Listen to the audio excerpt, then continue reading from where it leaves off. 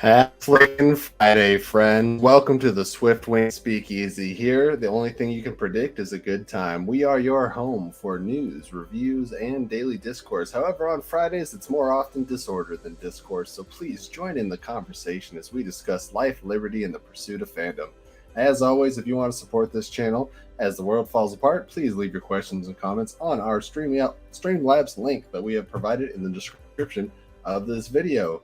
And with that, let's start the show.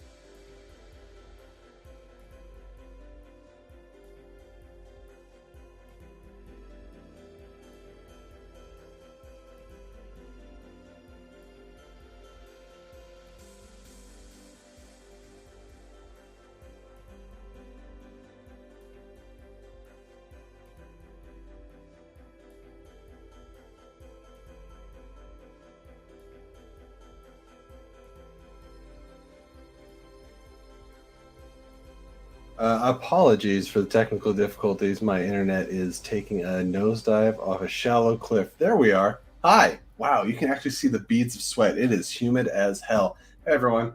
How's it going? Welcome to the Swift Wing Speakeasy that we do every Friday. This episode's going to be a little bit more of a central topic because obviously last weekend we had San Diego Comic-Con, and in order to properly cover all the things that dropped during Comic-Con, I wanted to bring on one of the special guests that we had with us when we were doing our live reaction to the Marvel breakdowns and stuff like that. And that is good friend of the channel and friend to me personally, Colin. How you doing, buddy? What's up, buddy? Fresh off a night of gallivanting across humid Charleston. There's not many words better than gallivanting. Oh, I think gallivanting is probably one of the best words. It was had and it was done. We had a great time. It was great. Had a way too expensive steak, and now I'm here to talk about some prime content. Well, we're going to talk about more than prime content. I mean, we will cover the Rings of Power, but there are things lowercase outside of that. Hopefully, all you guys are joining us. You had a good week. Looking forward to an even better weekend. We got, he's a friend of the channel. When he pops open the Peach 5 Celsius, Allison Salamone and Sean Wingblade would also be proud. I'm betraying a little bit. I got myself a Smirnoff Blue Raspberry. Sponsor us. Either one. Anyone that wants to give me free food when we're heading into a recession, that would be awesome. Anyways. Yeah, the free Celsius would do the kick, honestly. Yeah. Like, that would change the whole game. Yeah. Okay, well, so the way we're going to do this, I see Mike Deacon in the chat. You look confused. I was confused because every time I go to play our intro video, it just lags out on my end, and I have to hope for the best, and it says I'm on mute. I don't know. It's terrible. We're shining, dude. This is this highlighter? Is this that we have on right now? Just a little shimmer? This is not an Instagram effect, regardless of what you might think. Like, no, this is how we look. I mean, I could turn off my light. I would probably look a little bit, I'd probably look a little more toned there. There, look at that. I look much more mellow tone. That's much better. Before, it felt like I was getting interviewed. I just watched a very serious episode of Better Call Saul where somebody got a light shine in their face. And I was like, oh, we still do that to, like, interrogate people? Like, where were you on the night of, like, no, just ask me the question. I'm probably more likely to answer without the light. I know it's glad that you're hanging out with me tonight. We're going to pull a little bit of a late nighter, but there's so many things to cover, things I'm excited to talk about. One of the things I want to plug before we get into it too deep is check out our trailer reactions from San Diego Comic-Con, including Wakanda Forever, which just crossed 15,000 views. That's crazy. Colin showing up in the second half of that video. Oh, dude, that's sick. I'm just feeling it. I like that shirt. Yo, that's what I was gonna say. I was just feeling this shirt today, and I was like, "This is the vibe." This is probably my biggest theory coming out of that, having watched the trailer 15 billion times, is are we going to see Michael B. Jordan in this movie? Are we? If nothing else, possibly on the ancestral plane. We also got trailer reactions for She-Hulk, and then the one that I was very, very excited to discuss last weekend was The Sandman. If you follow me on Twitter, which if you don't, you can, right up there. It's pretty much daily Sandman updates. Next Friday, August 5th, it drops on Netflix in its entirety. Cannot wait. Possibly. You know what I am so excited about that I have totally forgotten about is that Paper Girls came out today. Yeah, I know nothing about it, but I keep hearing great things. BKV guy, what are we doing? It's like Paper Girls is Brian K. Vaughan? Is it not? Did he not also do Paper Girls? And I know nothing about Paper Girls. You could very well be correct. Maybe somebody in the chat can correct me. Three expensive whiskey drinks deep, but let me just confirm real quick. Yeah, do a little search, and just don't expect professionalism on the Speakeasy. Yeah, what we do, Brian K. Vaughan. Okay, yeah. That crazy mofo makes Paper Girls and Saga. I kneel at the altar of Saga on a nightly basis. I just put that thick omnibus. And I light the candles. Yo, it's right there. Mine's in my bedroom right now. Current issue, you see my brown bags from the comic shop. Yeah. That's them right there. That's every current issue of Saga that I still am 3 behind on. Because I just can't when I read Saga, it's like taking a mushroom cap. You are making a choice to emotionally give yourself over to a higher power. And Saga is just that for me. Every once a month, I walk in it's church. The guy knows. He walks in oh, here's this dumbass bearded white boy walking in for Saga. The only time he comes in here every month. Little Hosier, you just pick up Saga and go, take me to church. Pretty much. Got the shine of your light. Yeah, I tweeted that on Saturday morning to Kevin Feige. I said, what I need from Kevin Feige is to take me to church. Awesome. I'm glad I said that then. All right, well, let's crack into it, because I know so many people are going to be here to talk about Marvel, and we will talk about Marvel, but there's a lot of great stuff that happened. Absolutely. And if you're new to the channel, we did just pick up 100 subscribers over the last week, which is, hell yeah, that's awesome. Thank you for joining us. We love an active community. Let me get caught up on the comments here, and then we'll dive into the first topic. What do we got here? Legalt says, highlighter. Yes, that is the correct makeup term. That's what makes you shimmer, right? I don't know. Killmonger coming back would be awesome. Counting down to Sandman. We are 7 days away, I think. Yeah, that's a week. 7 days is a week. I know word. Yeah. DC Super Pets film is out. It's supposed to be a lot of fun. I'm hearing it's surprisingly enjoyable. When the company is promoting reviews. I saw one today on Twitter that said when animated movies turn out to be amazing when you thought they wouldn't be. And one picture on the left was Superman hugging Krypto. The other picture was all 5 Spider-Men in Miles Morales' bedroom. So I was like, whoa! Hang on. That was a promoted tweet by Warner Brothers. Let's reel it. Let's dial it way back. Let's dial that back a bit. I haven't seen it. It. Let's just say top 3 best animated movies of all time, and it's and this. No, stop it. You're being silly. You are being silly. Yeah, but we will talk about some animation, because there was a Marvel animation panel, so we will dive into that. First up on the docket is me being in the wrong folder for the banners. All right, here we go.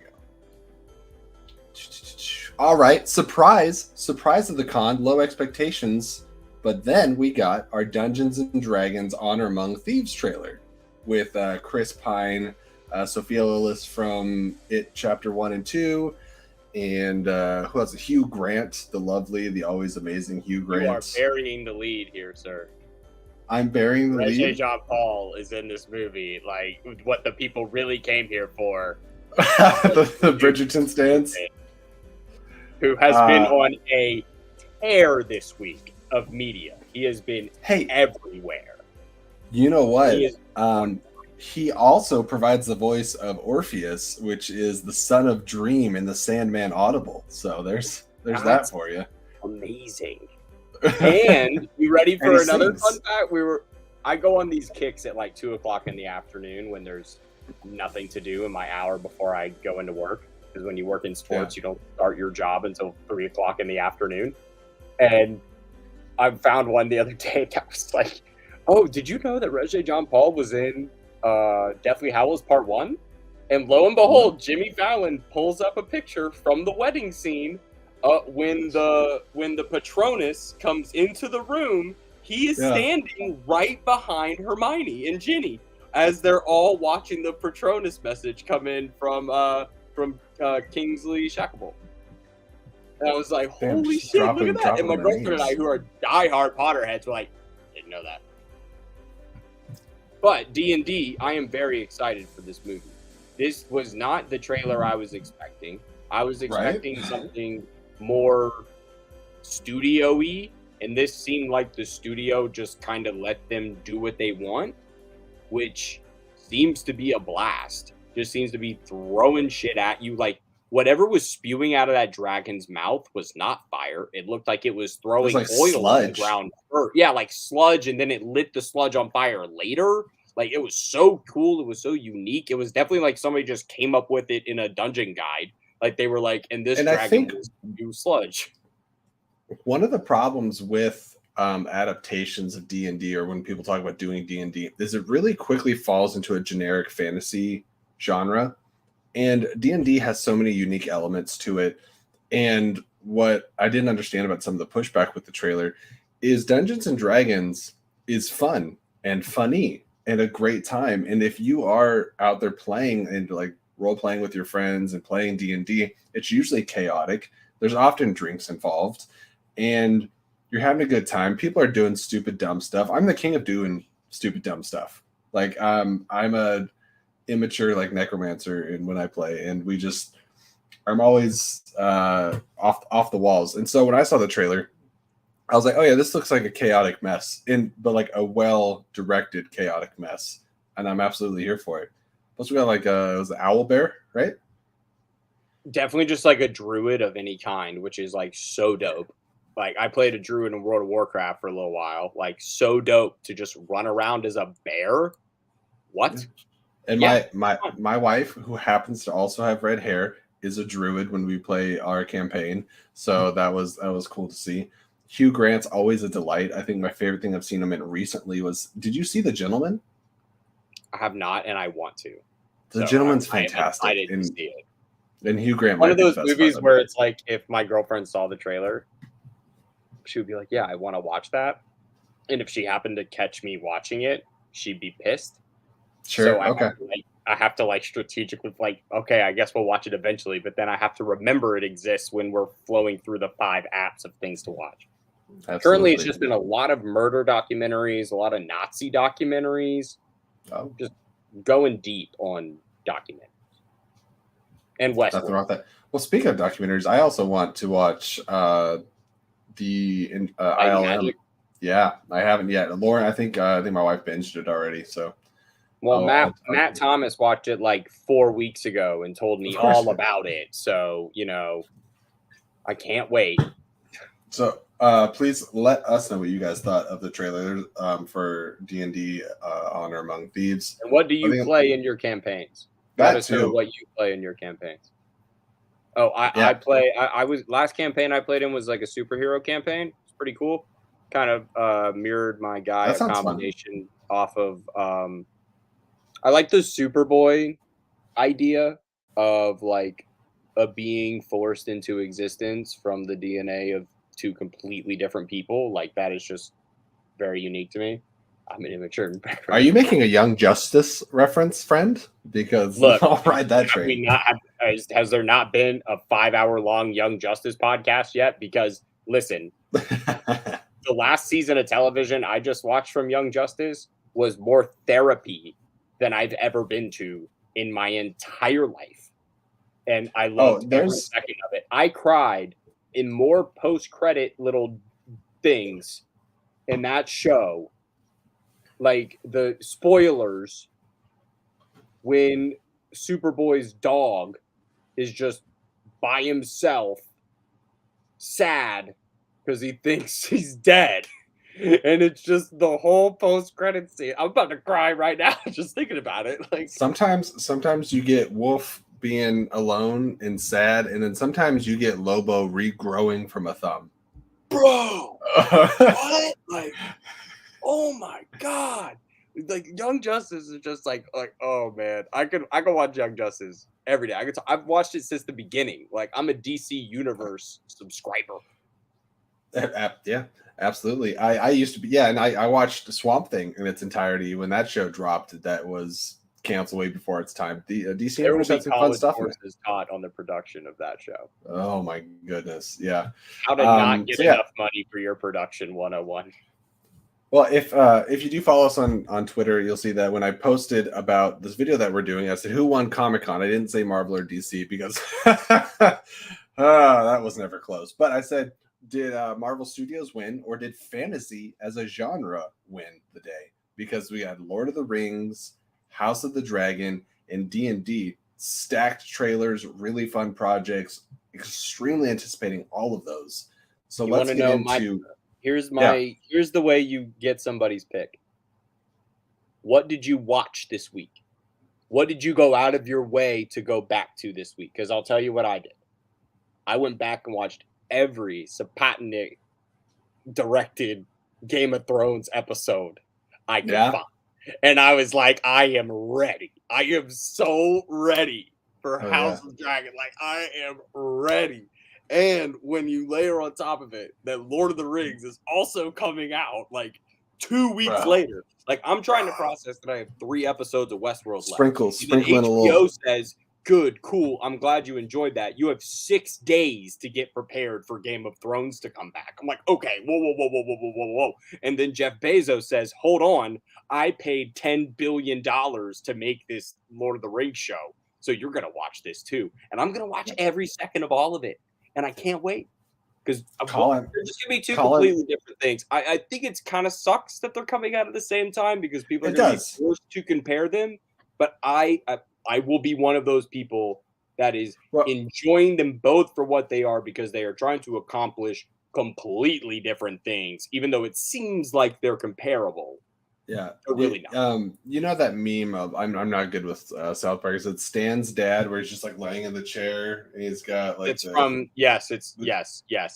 Yeah, so I feel like that's going to be all of us when both Game of Thrones and Lord of the Rings end, and we're just going to be sitting in our own filth, not really knowing what to do because then it's over for a long period of time.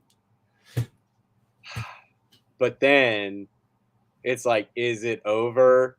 Because then by the time those 2 shows end, Wakanda Forever will come out. And then by the time, like,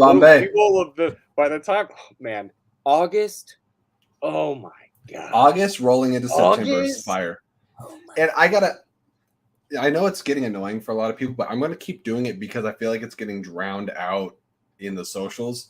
And everybody that's covering Comic-Con, nobody's talking about Sandman. I'm angry about it.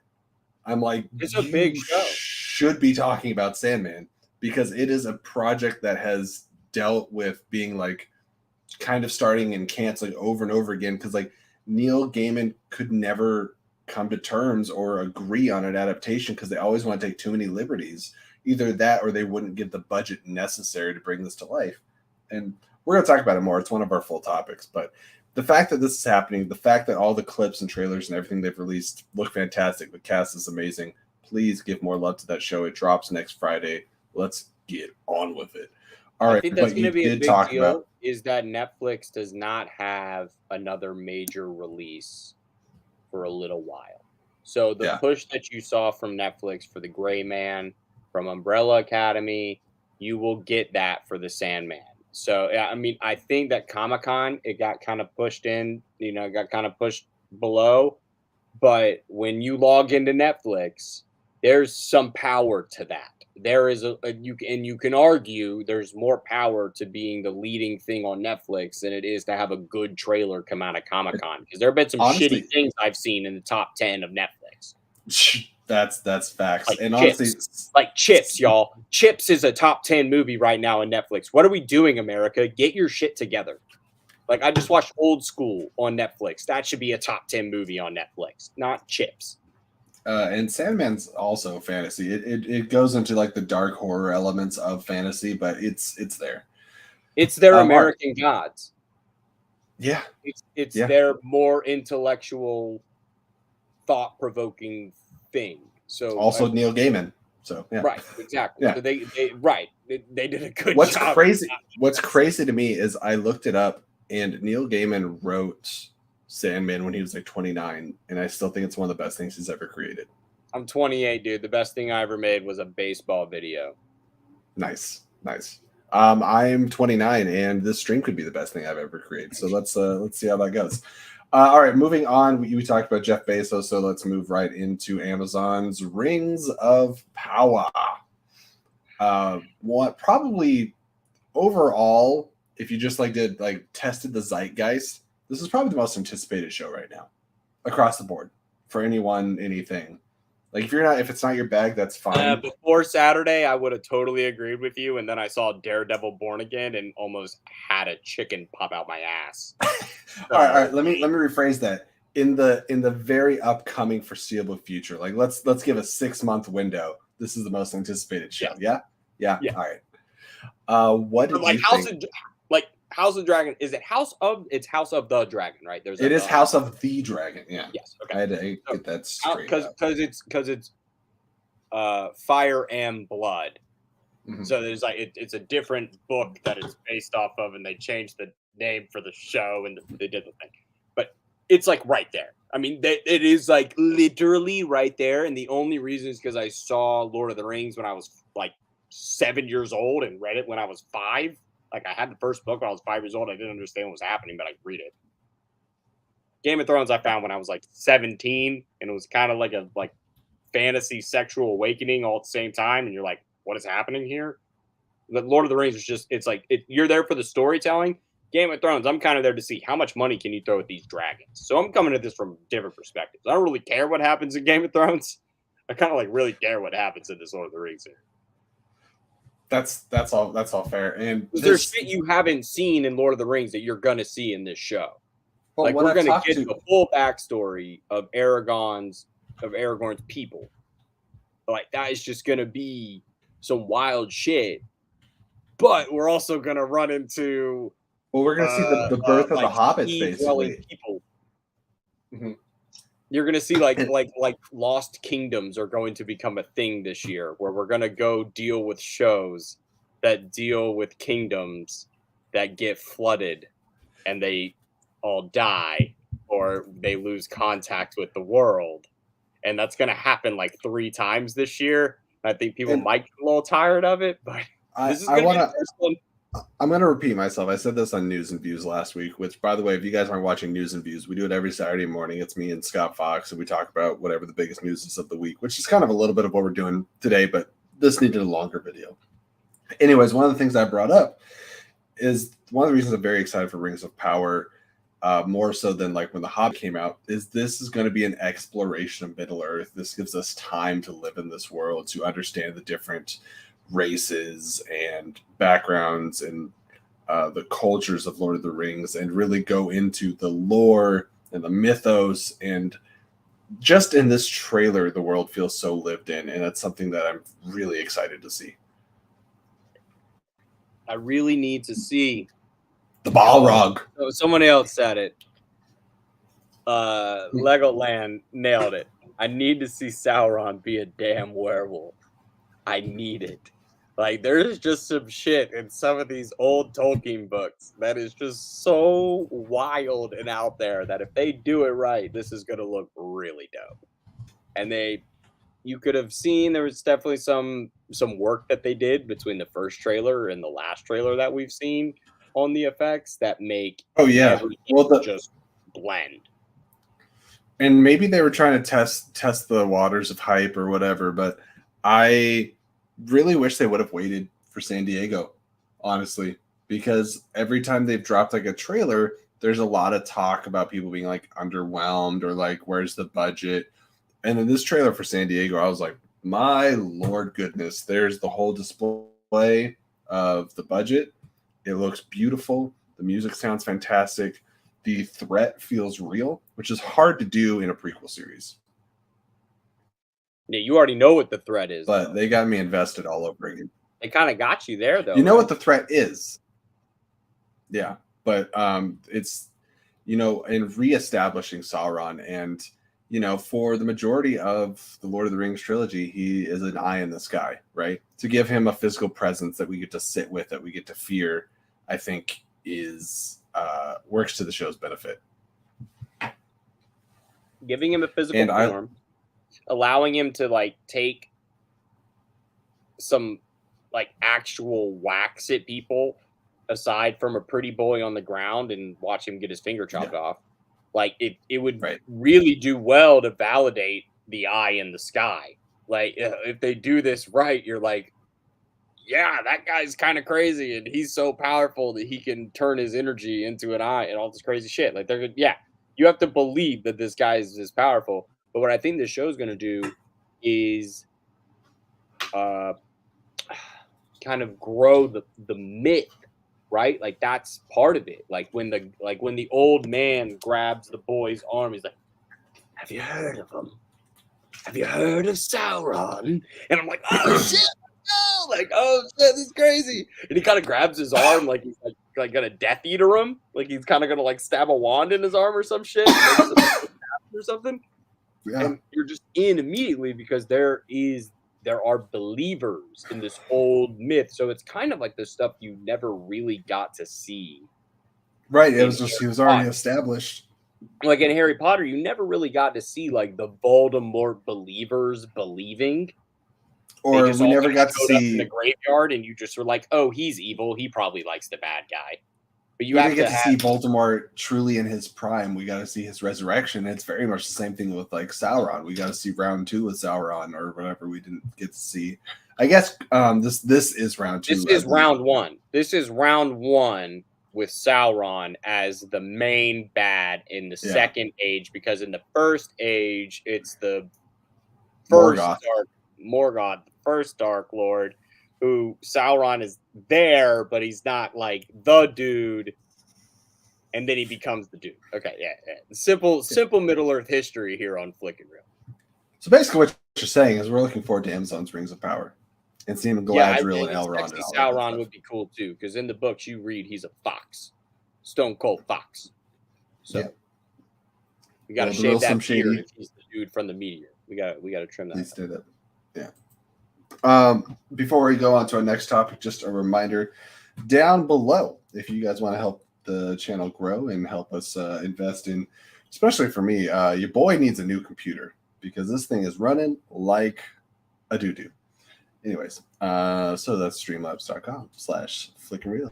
Ask your questions and things there, and then I can see it on my got Streamlabs pulled up and right over here. All right, let's go into it's interesting that they have this separated from the main MCU panel, but I get it. We're going to talk about, and we might be the two most qualified people in the space to talk about Marvel animation, because I feel like Colin and I are kindred spirits in this respect, whether it be Earth's Mightiest Heroes, I assume also Superior Spider-Man, my friend. I have a 17-year-old brother. I've seen every Spider-Man animated show in existence. Wolverine and the X-Men. Oh. All the shows canceled before their time. Yeah. God. X-Men Evolutions, please. Yes, bring it back. Absolutely. So let's talk about a couple of the things that they revealed during Marvel animation. One of the first major things is we got our first look at I Am Groot, the animated CGI animated show. Did you catch the trailer for that, Colin? Oh my goodness. I caught it. I brought it in. I cooked it dinner. I watched it 4 times. I laughed every time. Disney's kind of nailing this. They saw... Did you watch Baymax? Oh, yes. Oh yeah, like that I is cried. golden. They're shorts. Oh They're my shorts gosh, based off the of Big Hero swimming 6. pool episode. Yes, that's what I was gonna Oh say. my god! They were like, "Can we make up in 8 minutes or less? Let's find out." If you guys aren't, I know almost everybody watching the show has to have Disney Plus, and if you do yourself a favor. I think it takes like what, I don't know, an hour to watch all the episodes of Baymax, maybe. Oh, like 40 minutes. Yeah. But they found a way in these like 8 to 10 minute episodes, maybe. They're like, can we make you cry in less than 10 minutes? The answer is yes, apparently. Every time. Yeah. Baymax running the coffee shop. It's all good stuff. Anyways, we bring that over to this. Like they have this short form content down. They kind of were working out the details with the Lego shorts for Star Wars for a long time. And I think these short form kind of like Pixar opening length shorts are the way to go. And they are really doing a good job of just being genuinely good content. Like, I love The Boys Diabolical. I could watch 30 episodes of that. Like, I still haven't watched Diabolical yet. Oh my god. Bro, the episode made by the Animaniacs got nominated for a fucking Emmy. Really? Laser Eye Baby got nominated for an Emmy. Like I saw that and I wanted to cry. Like, I was like, that is amazing. Somebody else saw this. It was like, we're big animation fans. We're big animation fans here. I mean, completely unrelated to Marvel animation. They're talking about, they announced the first for Avatar Studios, the first new Avatar movie. That deserves its own topic, honestly. Yeah, that's the whole. I could do 40 minutes on that. I got every comic down over here off screen, and if they do the search, if they just do the search and age everybody up 5 years, you see this? That's an Appa planter.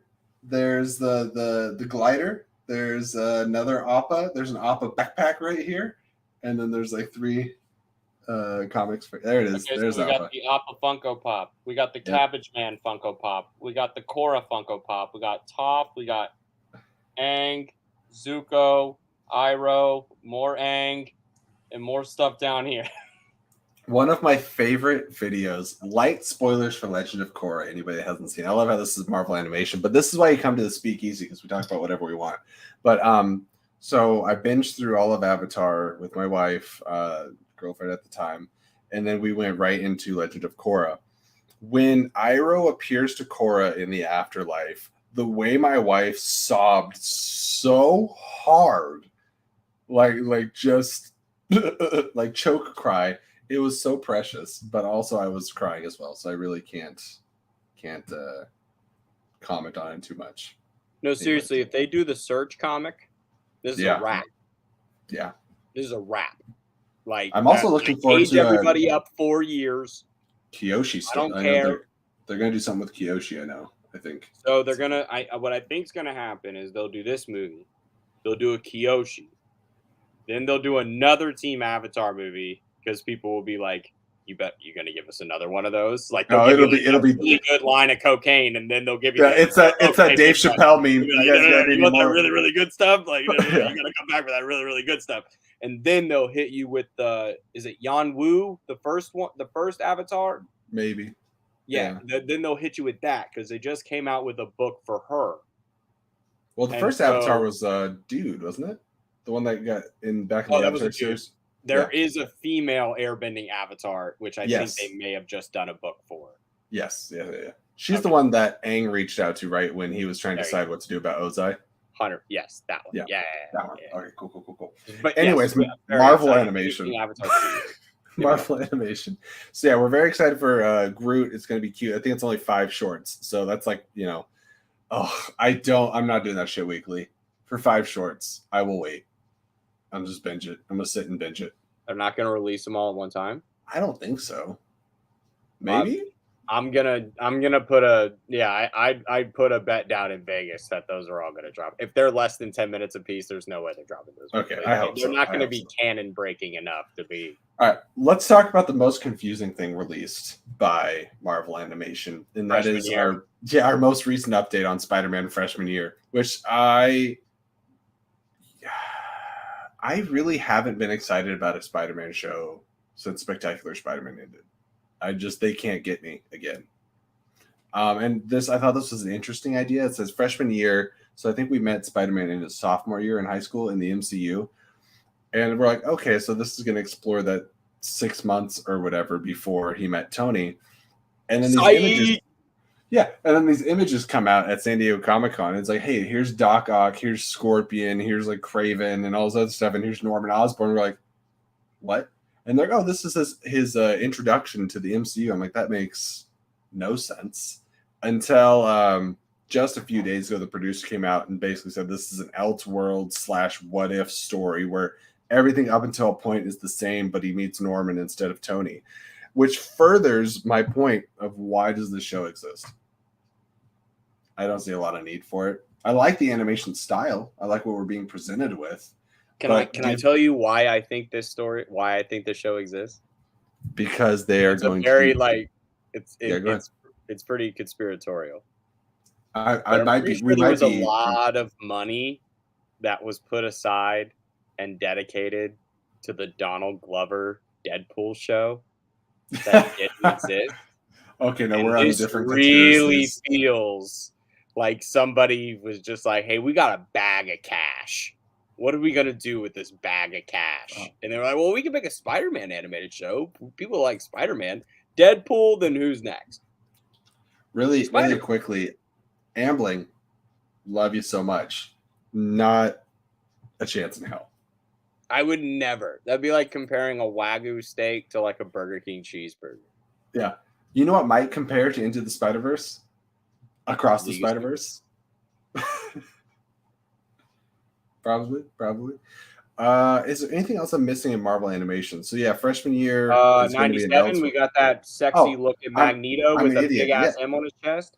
Yeah, yassified Magneto with his dude. Yeah, I was like, we need Ian McKellen back right now. This is the Magneto Ian McKellen was born to play. Yo, his hair looks so good.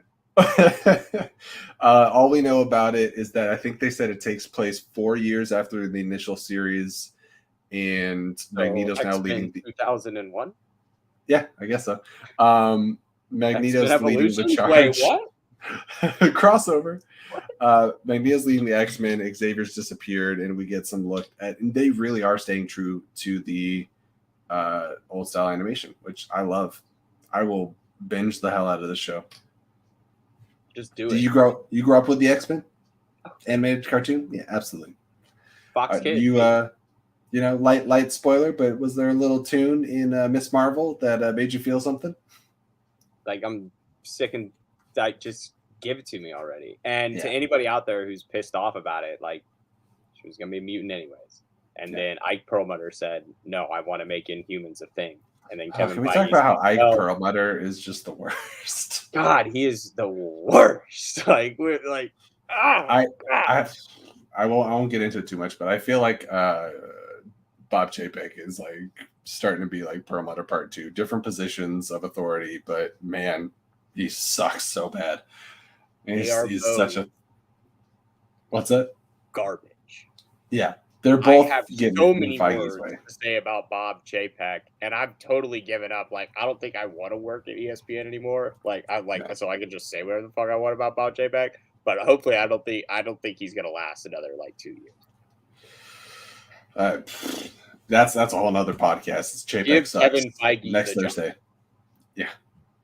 And then X-Men 97. Oh. Marvel Zombies is confirmed to be TVMA, my guy. They're not effing about. Warning. So the Marvel Cinematic Universe contains adult content. What? Dude, I don't know how you felt about it, but when I watched What If and we got to the Marvel Zombies episode, I thought it was going to be a lot of fun, and it was kind of fun, but it did feel Disneyfied. And I was like, this is not reaching the potential that it could. This is going to be more based off the Kirkman run, right? Possibly, yeah. Okay, so if I mean, they you follow got more closely to the Kirkman run, this could be kind of fun. it could be kind of fun. And I just want it to be fun. I'm like when I'm watching animation, I'm like, I'm just obviously I'm suspending all disbelief. But like when I'm watching What If, I'm taking it for what it is, and I really enjoyed about half of What If. There were some where I was like, nah, like, whatever. But it was still good. Like it wasn't bad. You're watching I think way I'm with worse you. animation than that. I honestly think I've watched anime filler. Like, come on. I think What If has a decent like first couple and last couple. Is kind of how I felt that about middle it. section gets a little rough. But It's a bit of they it's a bit of start a wolf. well and they end well. Yeah, because I liked the Captain Carter episode. I loved the T'Challa Star-Lord episode, and then the like 2-part finale episode they're both really good. Yeah, I could do without iceboxing Rachel McAdams for 30 minutes. But yeah, and I fridging, could do fridging. Sorry, iceboxing. I said iceboxing. That's so much funnier now with the correction. And Party Thor was not for me. Yeah. I feel like I kind of got Party Thor in Love and Thunder for a little bit. You sure did. For better or worse, I like Party Thor. I'm down to hang with Party Thor.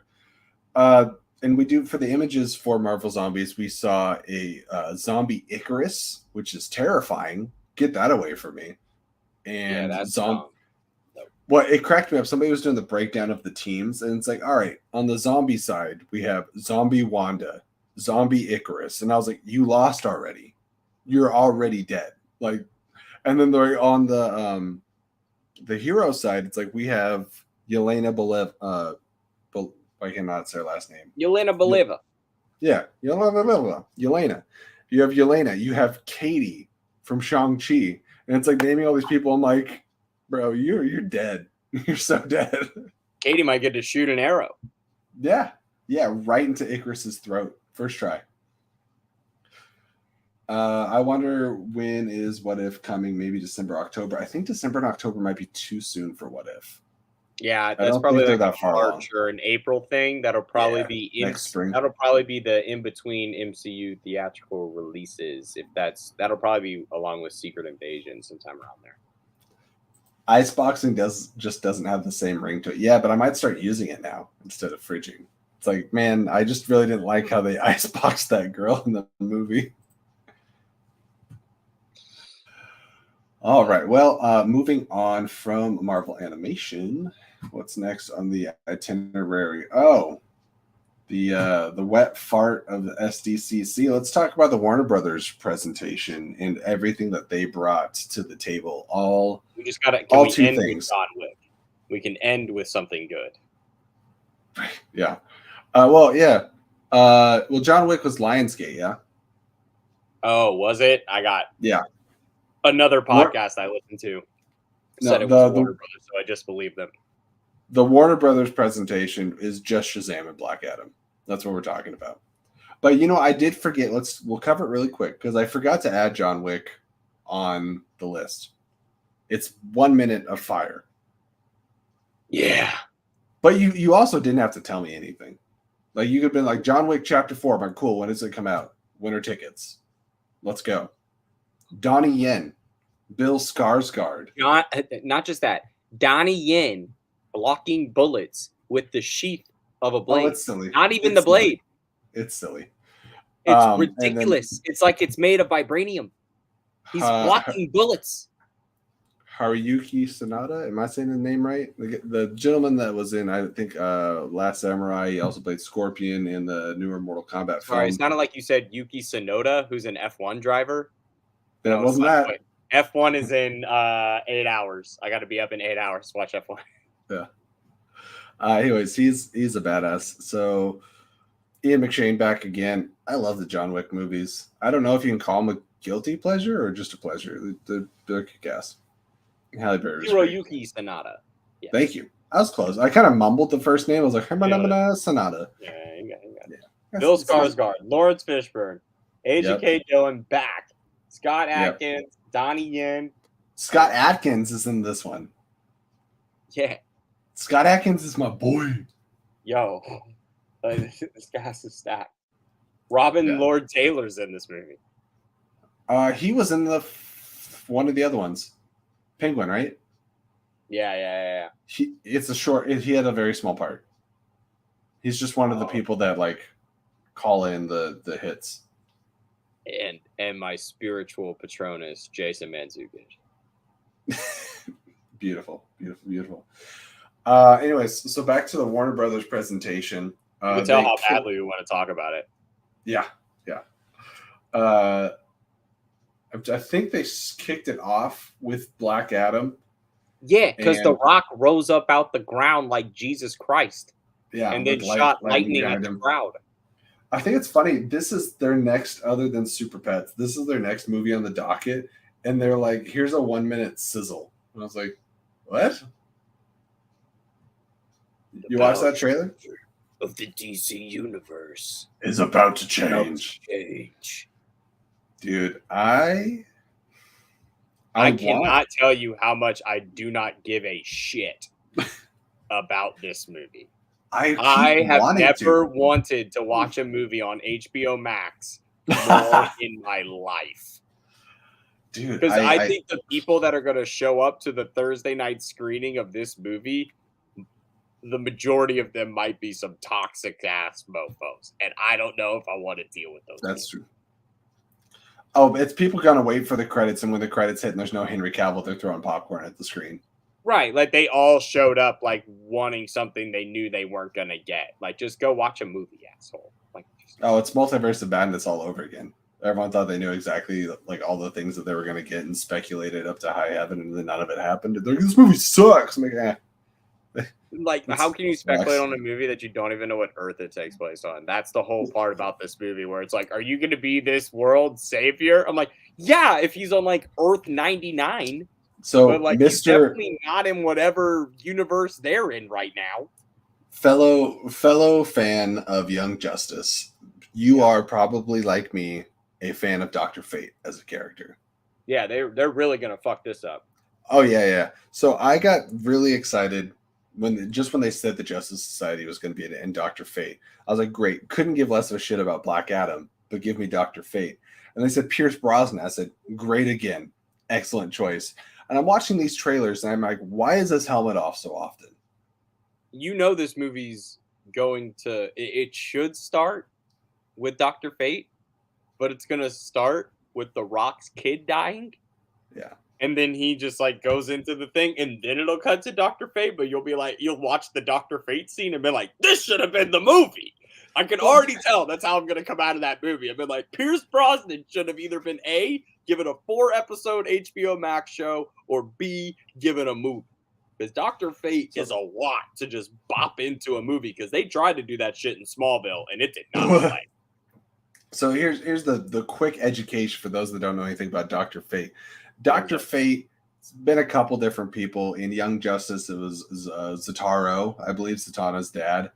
It is typically Kent Nelson, I believe is his name. Did I get that right? Maybe. And the helmet is the helmet of Nobu, and the spirit that is Dr. Fate is in the helmet of Nobu. And when you wear it, Nobu then takes over, and you basically become Nobu's avatar. But Nobu's not very keen on giving up bodies. Once he's taken over, he's like, yeah, your shit's mine now. And so the idea of Pierce Brosnan just holding the helmet and having it off the vast majority of the movie and just on and off all movie, I'm like, no, you ruined it. That's not Dr. Fate. That's not Nobu.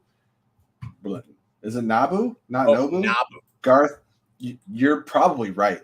I don't think I've seen it spelled out a lot of times. I've just heard it said. So yeah, in Young Justice, and also they talk about it in Injustice, the DC game. It is Nabu. Nabu's a dick.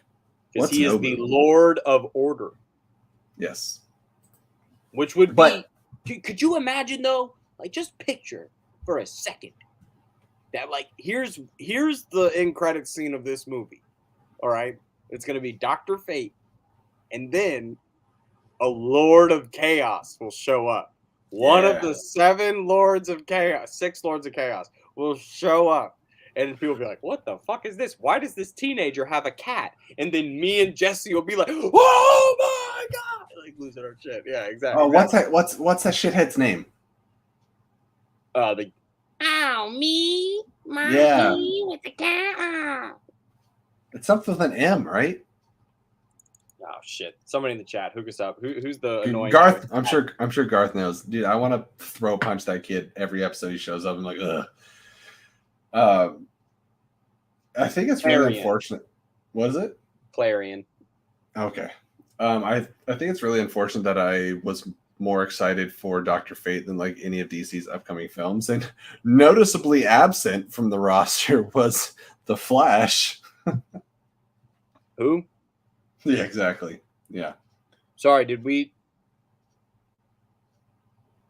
they film that movie? No. Are we even going to see that movie? I don't think it exists. Bro, could you imagine if we've seen a trailer for that movie, by the way. Right. Like it exists on the internet. Right. And Michael Keaton is in this movie. And this might be. And Michael Keaton is in Batgirl. He's in Batgirl because of Flash. Okay, so what we're going to have happen here is that this is the exact same thing that happened when we were supposed to get America Chavez in No Way Home. But instead, they had to move the release. So they were like, well, we're not going to change Doctor Strange. We're just going to add a scene in that kind of tells you where this movie is. We're going to make the same movie. As Ambling says, the studio chose not to recast him as first an issue. I could spend like 45 minutes talking about Ezra Miller. I don't want to. But it should have been addressed before they were done with the movie. They had a year before it got as bad as it did now. If they would have addressed it. He had probably already kidnapped that girl by the time. Okay, yeah. I'm done. Well, it's so easy to get into. Yeah. So it's just actually wild that we can have that wild of a conversation about a dude like this involved in these properties, and a company as big as Warner Brothers is like, we're not going to touch this. Like, what do you mean we're not going to touch this? Can we cheat ahead to the Shazam trailer for a second? Where he's like, there's already somebody with a lightning bolt in a red suit, and they just show the back of the Flash, but when it's Aquaman, it's frontal, and you get to see Ben Affleck as Batman. I was like, oh yeah, they're really trying to have us forget about this. And then, honestly, the biggest news out of DC this week was the leak on the Warner Brothers studio tour. Absolutely. Was that human beings on a tram saw Ben Affleck and frickin' Jason Momoa walking into the Friends. It was like the Friends studio. It was like the Friends set. Which begs the question. So they wrapped Aquaman 2: The Lost Kingdom in January. So why are they all of a sudden picking up a reshoot? They're not picking up reshoots. They could be doing ADR. That's perfect. Perfect timing. With Ben Affleck in a Bruce Wayne suit. Yeah, you think I go around walking like this and talking like this, and they put a fucking mic on me and I sound like this? No, I got to go dub that shit. That's definitely dubbing. That's like they don't have a mic on Jason Momoa. So you think Ben Affleck was already in the movie? Oh, okay. If they're riding that out, yeah. All right. Because let's not remember, there's Suicide Squad has very little to do with the Snyder movies, aside from the fact that it came out around the same time and the actors were the same. But they were in it, and we knew that they were in it. Remember how crazy it was when we saw those pictures of fucking Bruce Wayne on the Joker's card, in the middle of broad daylight? People were like, here's the movie. Oh, shit. Is this going to be the movie? No, it was just a 10-second montage that you guys all got spoiled for you because of press photos. But this seemed to have been kept pretty under the wraps, which it could just be a scene, throwaway. You never know. But they could have shot on a green screen there. If you're gonna have Ben in the Flash and you're gonna have him in Aquaman, just keep him. find a way to keep them, back that money truck up. I don't know. I'm on that train. But that's a whole nother conversation. So Black Adam, there's not a lot to talk about. Really quickly, let's get into our first official trailer for Shazam 2: Fury of the Gods with Helen Mirren and Lucy Liu. Wait, is that right? Yeah, Lucy Liu, right? Bro, she's looking bad as shit. My brain farted. So speaking of Lucy Liu bad as shit, I just watched Charlie's Angels for the first time a couple days ago. For the first time. My life's changed. It'll never be the same. Have you watched the sequel yet? Not yet. It's on the when it's on the docket. To the Irish strip club, you call me. you make sure your wife is not in the room. But that movie's fantastic. I posted on Twitter. I said they sure don't make them like this anymore. I love Charlie's Angels. Yeah, Full Throttle. See, Garth confirms Full Throttle is even better. All right, you got me. What were your thoughts on this first look? Bringing back Eminem once again for what is that with Eminem and superheroes? We got Venom, Shazam. Oh, and by the way, I'm pretty sure I won. Anyone that watches the Settle the Score podcast, like trivia battle thing, which is a lot of fun. Pretty sure I won my match because of Eminem and Venom. What are you gonna do? Eminem's easy for that bag at this point. He's like, I'm done making music. Everybody likes the music I already made, so why not just make money off the music I already made? Yeah. I liked it though, but the only time that I was thinking the whole time was, can I get the sequel already of the one sister going and turning away from the power and not wanting the power to just like in Young Justice? Oh, you're talking about Rachel Zegler? Mm-hmm. Yeah, that looks interesting. We got a dragon. I think I love the first Shazam, but I think I do because of all the other stuff that's inundated into the media and stuff. I forget how silly it is, so it threw me off a little bit watching Lord of the Rings, watching House of the Dragon, and then we get Shazam. I was like, oh, this is Whiplash a little bit, but I am looking forward to it. I'm excited for it. It looks a lot of fun. Zachary Levi's having a blast, but man, they can't have another five-year gap between movies because these kids all look mid-20s and Zachary looks mid-40s. Yeah, I'm honestly like this is just like the definition of popcorn. Throw it in my face. I don't care what the story is. I don't care if it canon breaks or who shows up or whatever. I just had a great time with the first one, had no expectations. This one, gonna go walk in with the same, just hoping to enjoy it. I don't really, like I don't know what DC's doing. I need somebody to walk in front of a stage and actually tell me what they're trying to do here. I want to join the movement where we all get up and go give David Zaslav a hug because after he picked up Warner Brothers, he's like, "What is this pile of shit?" Yeah, like, guys, did anybody clean the toilets here? There's flies buzzing around. I know it's things to clean your toilets, but just clean your toilets out every once in a while. And by that, I mean get rid of some of the actors. I think it's hilarious. It was like within a week or two of David Zaslav and Warner Brothers officially absorbing Warner Brothers, not the correct term, but you know what I'm saying.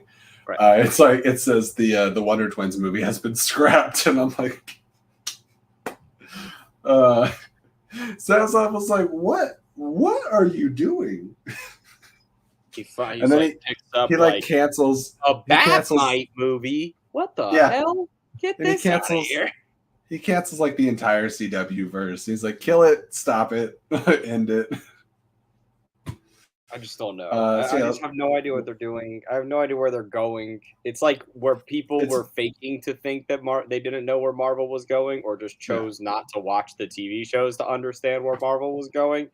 I legitimately do not know what this company's doing. I don't know what if they could just tell me.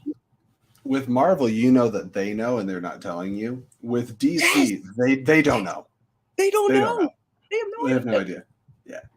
So I mean, that's the Warner Brothers. That's the Warner Brothers. If you could just tell me that you were winging it, if you just had the balls to walk on stage and say, "We don't know what we're doing."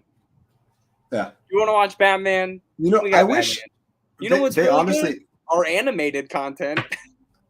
That's true. They could have competed with this. David Zaslav could come on stage and be like, "We have no idea what the Young fuck Justice we're doing." season 4, end of story. Yeah, that's who he's like. We have no idea what the fuck we're doing. But Henry Cavill's back, and we'd be like, "Hey," and we'd forget about a lot of stuff. Hey, no Titans season 4 news either.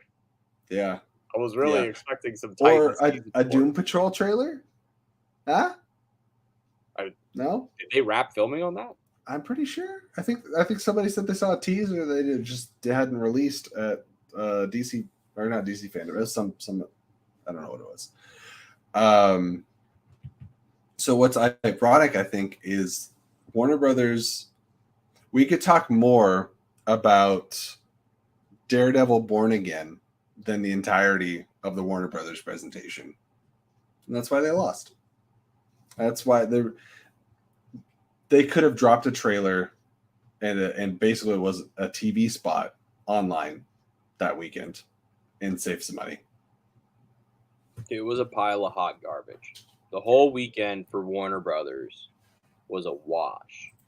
Like the Clerks 3 trailer that we got before Comic-Con was better than anything Warner Brothers produced. Like that. Yeah. I like that should not be the case. I would watch the Condiment King show right now, Carl. If it's on HBO Max and it's animated, that's going to be my thing every time Warner Brothers comes out with another idea for DC. I'm like, yeah, I'll watch it if it's animated. Very, very relevant. Animated and DC. Have you started watching Harley Quinn season 3? No, because when we started watching season 1, season 2 had just come out. So we binged season 1 and then we let season 2 get behind. So now we have season 2 to binge and then we'll get caught up on that. But great that it's like a 22. I love that show. They know exactly who the audience is for. Fantastic. Perfect. And like there's the cast, exquisite.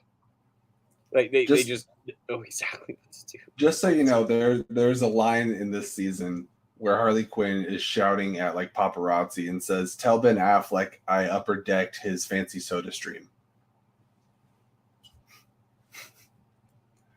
Love it. I also saw Nightwing was trending, to which caused me to like hard press my girlfriend, like, "Yo, we're watching Harley Quinn this weekend, so I can see Nightwing and possibly some Nightwing butt cheeks." This show, do I get some butt cheeks?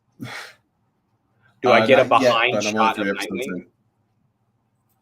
I don't know if they've really leaned into sexualizing Nightwing, but they have been doing some funny stuff with him. Do you know who voices Nightwing? No. Do you watch What We Do in the Shadows? Not yet. I haven't found the movie streaming, and I need to watch the movie, and then I'm gonna watch the show. You do. I mean, you absolutely have to at some point watch the movie, but you do not have to watch the movie to watch the show. Yeah. You don't. Yeah, okay.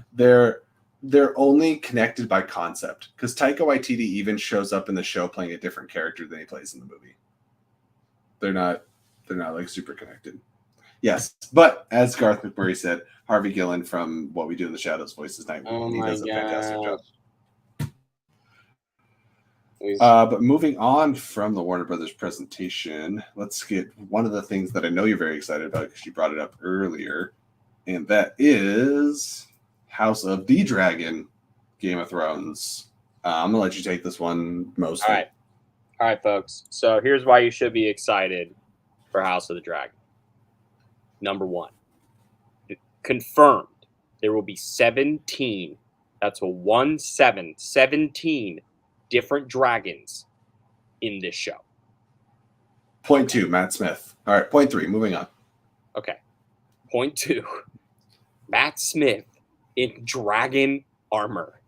Like full dragon wing, regalia helmet, jousting. Like, it makes me want to go play Skyrim so bad. Oh my god. It makes me want to go play RuneScape.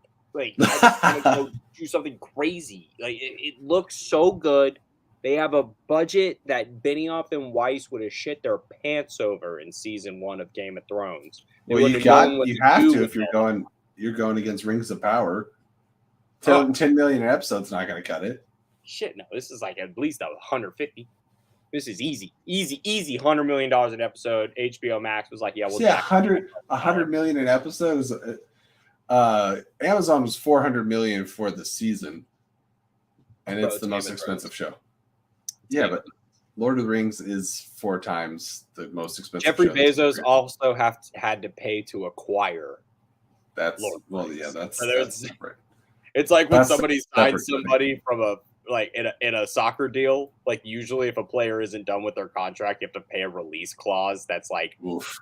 150 million euros, and it's like, oh shit, like that's a lot of money, and it's like we gotta pay for this shit to get released from New Line Cinema, and I gotta make this show. House of the Dragon now has the responsibility of setting the tone for the rest of these shows.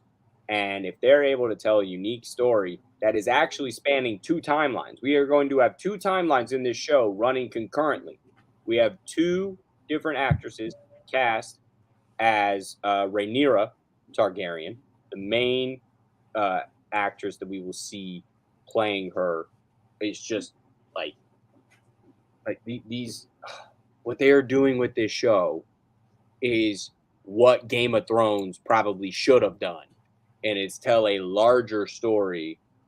Yeah. But which it felt like a small story in a large world. This is going to feel like a large Well, story. I'm super here for Targaryen Civil War. Like that looks really cool. And It's what kind I of was Targaryen Civil War, like sure, but like it's gonna be like one Targaryen and then like everybody else, and then the Targaryens. So like it's gonna be Matt Smith. It's Zod and Krypton. I got you. Yeah, kind of, yeah. So what you're gonna have is you're gonna have Matt Smith. You're gonna have the Greens versus the Blacks. That's kind of what you'll see are the 2 allegiances. And if you've seen in the trailer, there's a shot of Rhaenyra and Alicia Hightower, I believe is her name.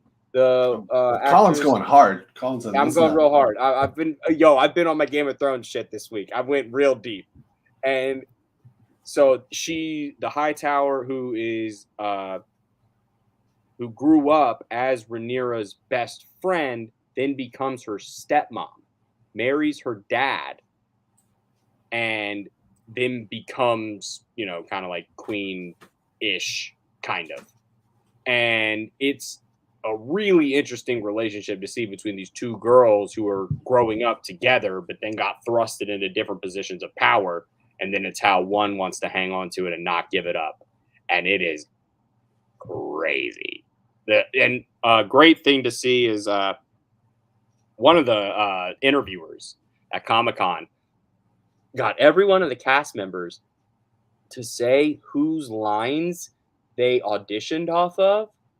So for Rhaenyra, she read Daenerys lines. Of course. For Alicia Hightower, she read Cersei lines. Okay. And then I like how they did that to keep the tone and the aesthetic and like make it feel Game of Thrones and make it feel like these are actors and characters that can slide right back in and play different characters but live in the same world. And I also heard absolutely amazing. So this week they showed a group of people the first episode of House of the Dragon. There are reviews up. If you go and look, you can find reviews for the first episode. And one of the ones that sparked my interest, everyone's gushing about it, by the way. So just so you know, people are loving it. And people are loving it that are outspoken about how much they did not like the last season, which I think is fair. I believe, and a solid fact to back up those claims is how little George had to do with the last 3 seasons of Game of Thrones, and how this show is his baby. Like this is the show they got him on board with to come back and start doing all these other shows. He was like, well, I want to tell this story. So they were like, okay, tell this story. Yeah. Because he's technically still writing the sequel to this book. Not only is he writing the last book of Game of Thrones, but he's also writing a sequel to Fire and Blood. Now tell me if this doesn't get you pumped. But one of those reviews said, I didn't realize how much I missed the Game of Thrones theme until I watched this episode. It's back, baby. Game of Thrones theme song confirmed. That's what it sounds like to me. I just want to bet. Thanks. Appreciate it. I just cashed a bet. Because I've just been watching Game of Thrones, and my girlfriend's been walking in from work. She's like, "You watching Game of Thrones still?" Like, yeah, still watching Game of Thrones. She's like, "You think they're gonna use that theme song?" I'm like, if they're fucking stupid, they won't. That's just giving up free money. That's easy. Or the only other option that I actually gave some consideration is if you've ever heard the Two Cellos rendition of the Game of Thrones theme song, it is I haven't. absolutely epic. I will Yeah. send you the link and you will listen to it tonight and you will be like, okay, let's ride. What's the Nick Cage? Send it Let's to the ride. internet. That's it. That's right. Yep. Let's ride. What No, is seriously, that theme what is that song from? is iconic. It is. If they are able to, bring that back, that's gonna be cool. Because if they do the same thing, but it's different. That's It's not Ramen. gonna That's be the Ramen same. Djawadi, right? It doesn't look the same. The dragon pits are still there. The last time we were in, even when the show started, the dragon pits were destroyed. I mean, that was like a huge thing when the Targaryens lost in Robert's Rebellion. They destroyed the dragon pits, even though the dragons that were in there were the size of my cat. That's the whole thing. Like the dragons got so small, they were the size of tiny animals. They showed like the skulls of them in Game of Thrones and stuff. Right. I'm looking forward to also we haven't dragons.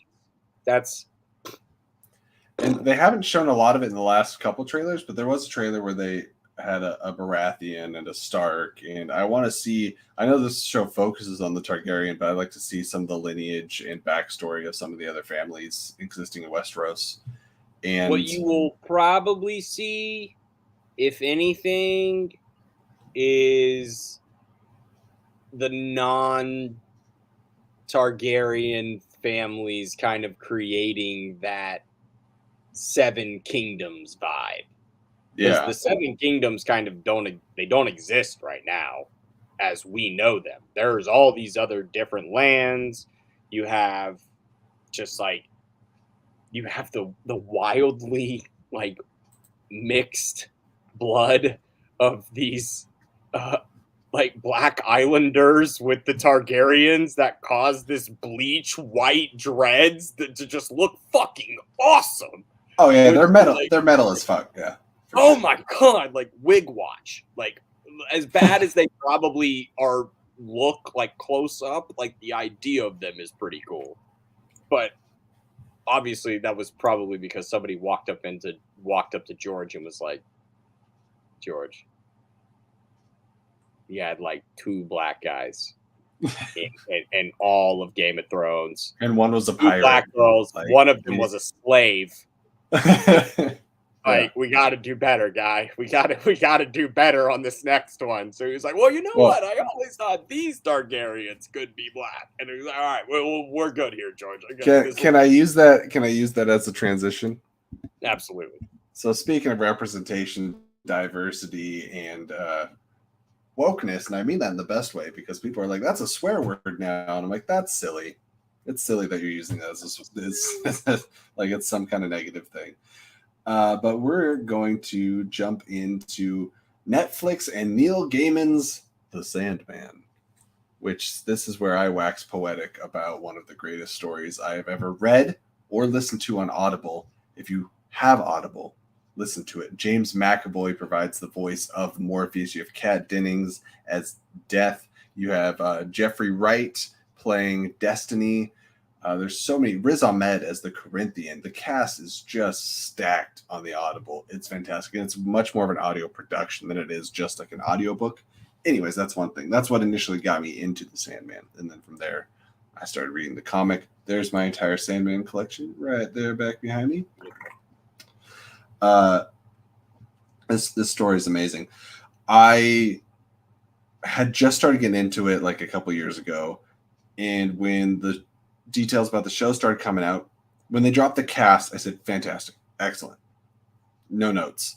The first couple images that they were releasing, I was like, I'm a little worried this might be low budget or they're not going to spend the money on this because it's a very high concept story. So I was cautiously optimistic for a while. And then they had like one teaser almost a whole year ago. That was like from the very beginning of what would be the first episode. I was like, ooh, I want to be a little more sold. Here we go. Fast forward to now, 2 weeks before the show's dropping on Netflix. They released this trailer at San Diego Comic-Con, and it's our first real look at Sandman. I'm sold. It looks incredible. And then a day later, they released 2 clips of his meeting with Lucifer, and also from the episode that focuses around death in the comic. It was The Sound of Her Wings, which I've watched the clip about 3 times now and cried every time I watch it. It's my Wakanda forever. Yeah, it's beautiful. So, Colin, do you have any experience with Sandman? Do you know anything about Sandman? Are you planning on watching the show? Thoughts? What do you think of the trailer? Okay, so I have not read Sandman. I want to, which is good.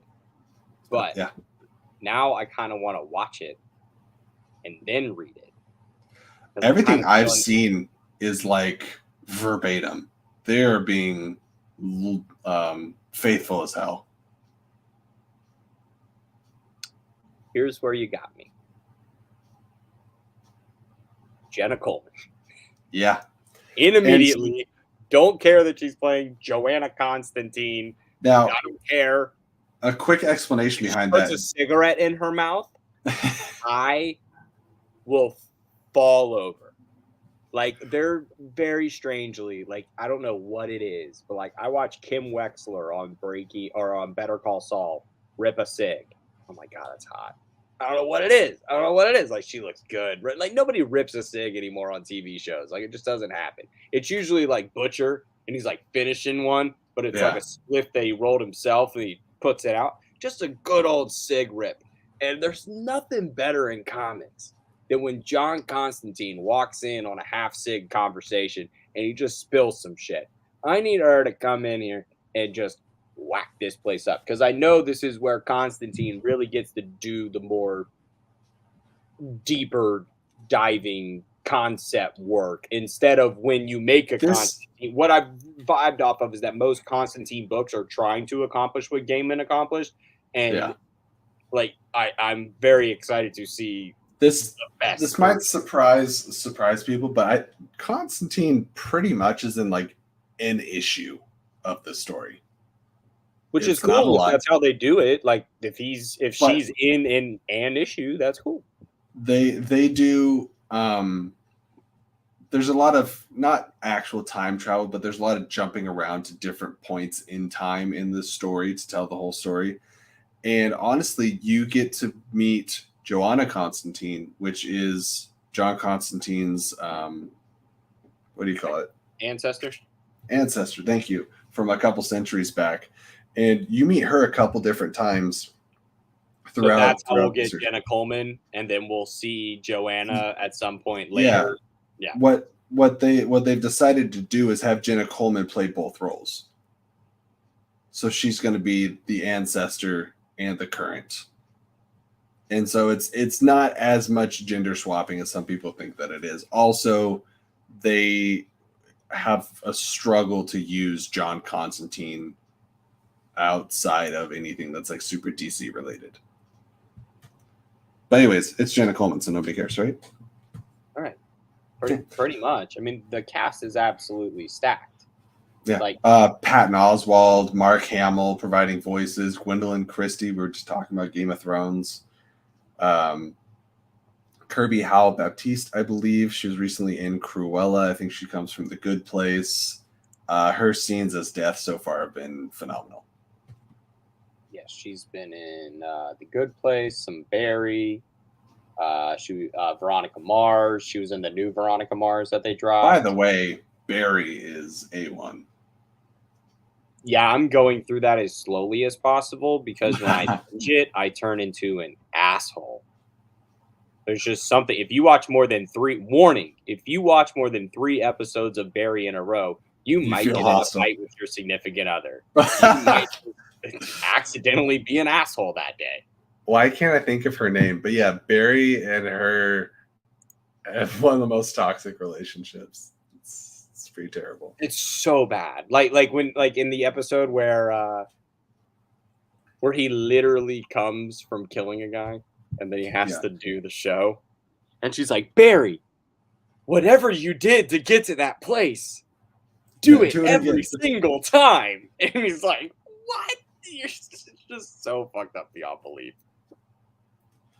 Yeah, this is in Ambling Soul in the chat.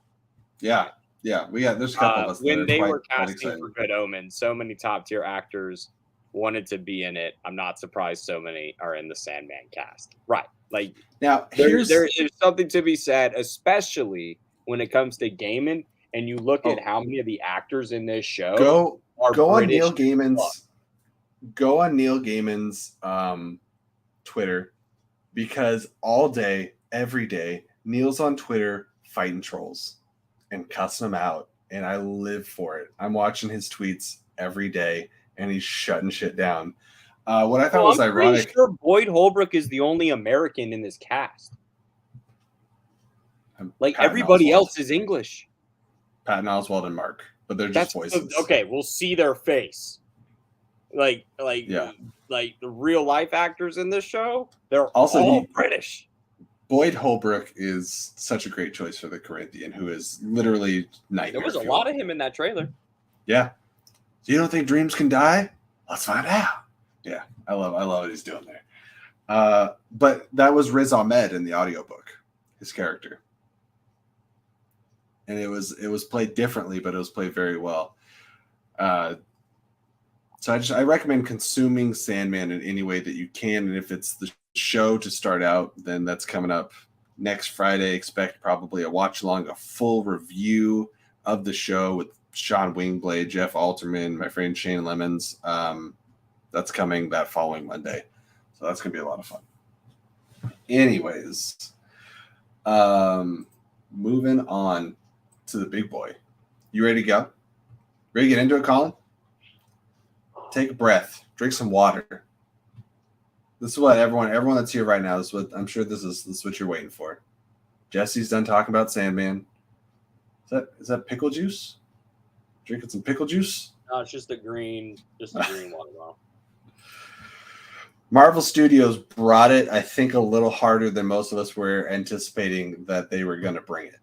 Yeah, they were also going to bring it harder, and then they called their Photoshop person and said, remove everything from the Phase 6 PNG file except we still got pictures. We still got D23. Still got D23 to talk about. Let's see. I'm gonna pull up a couple of images here. I talked about next Monday. We're gonna have that Sandman review after it drops. Here's a thumbnail debuting it right here for you guys. I thought it was pretty cool. That's our Sandman spoiler review with a special guest. Yeah, me shooting my shot of sand. Anyways, all right. So, do want to call out our live reaction we did for the entire panel. It's performing very well. Got us a lot of new subscribers and 15,000 views on our Wakanda Forever trailer reaction, which is wild. Colin, I'm sorry you didn't make the cut on that thumbnail, but you are in there. So, they start off the panel talking about Phase 4 and wrapping up, or we're getting into the multiverse saga. Hey, we are a third of the way through the multiverse saga, which, if you watch what they did when they dropped this, the V and the skinny part of the E were all they showed, and then they filled in the rest of the E, so it was Phase 6, and then the rest of the thing came into frame. And I saw it on like a bootleg video, and I was like, holy shit, they are working overtime on this. That was sick.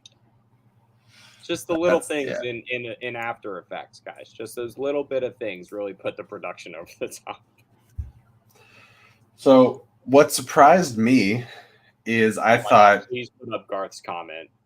We're a grower, not a shower. DC. Next day, Marvel walks up.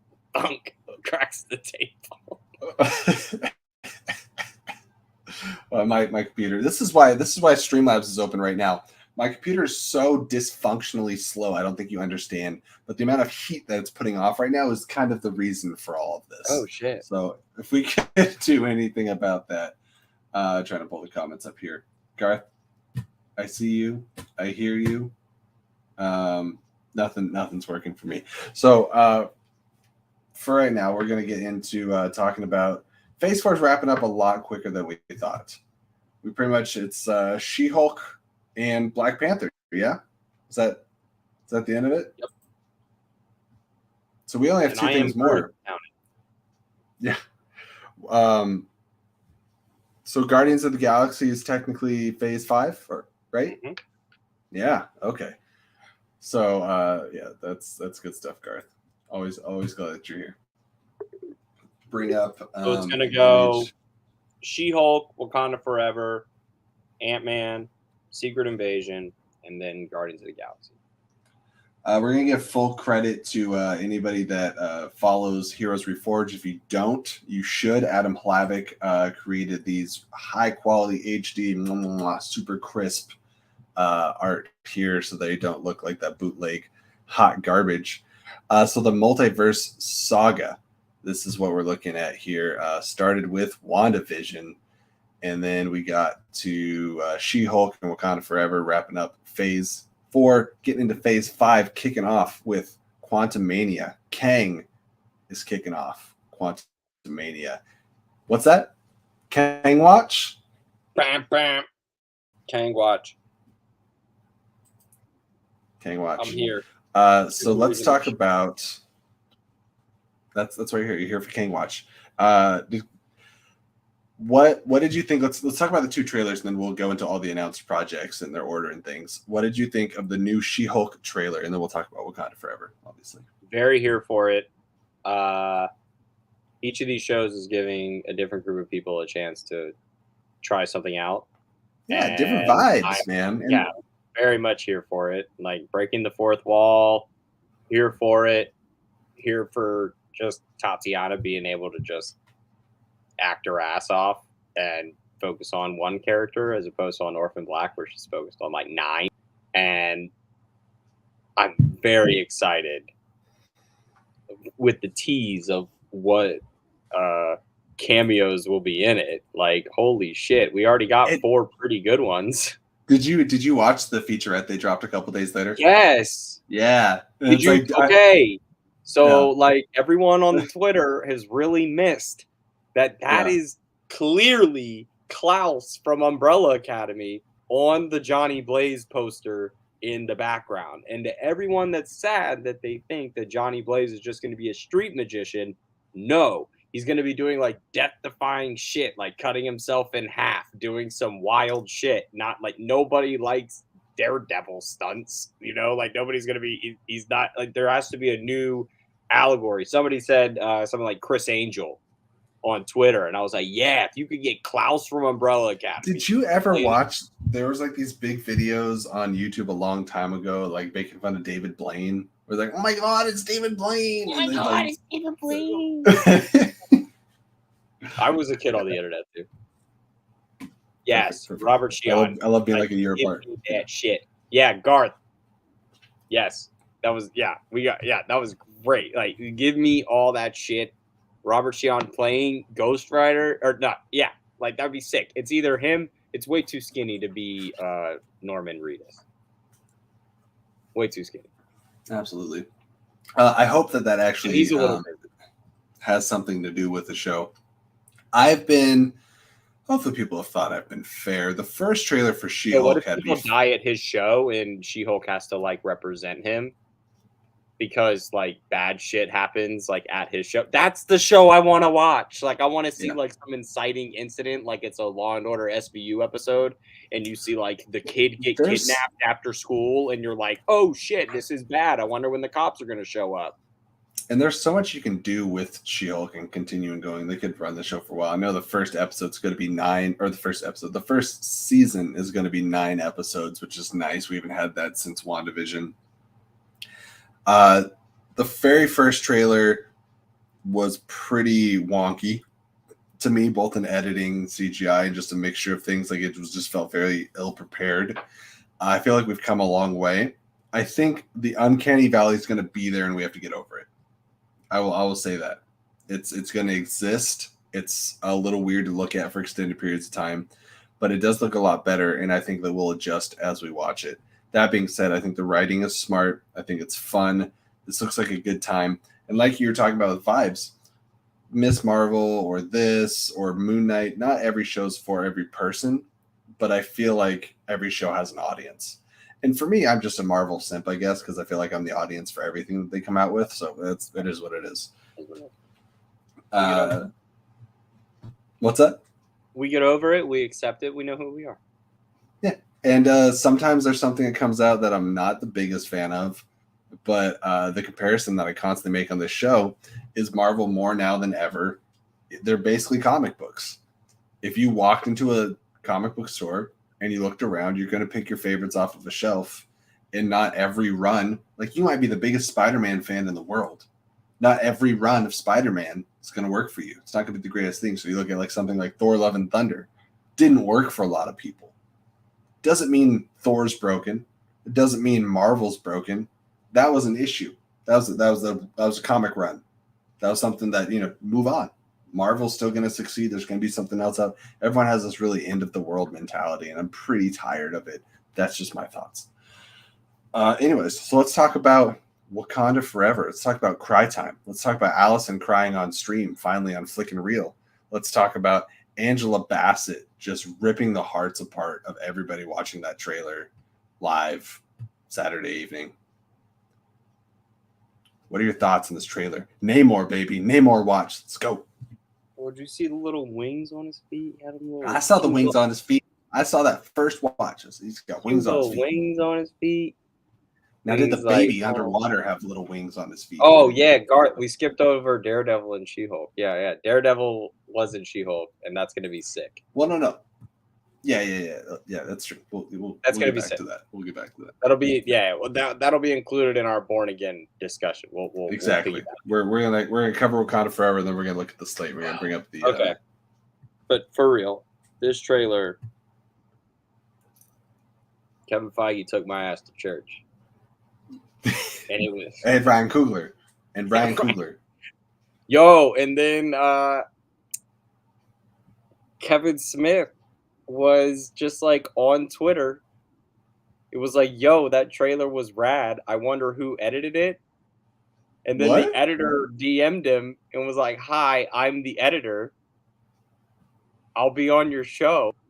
And then he was on Kevin Smith's podcast talking about editing the trailer. And I was like, well, what a fucking world we live in.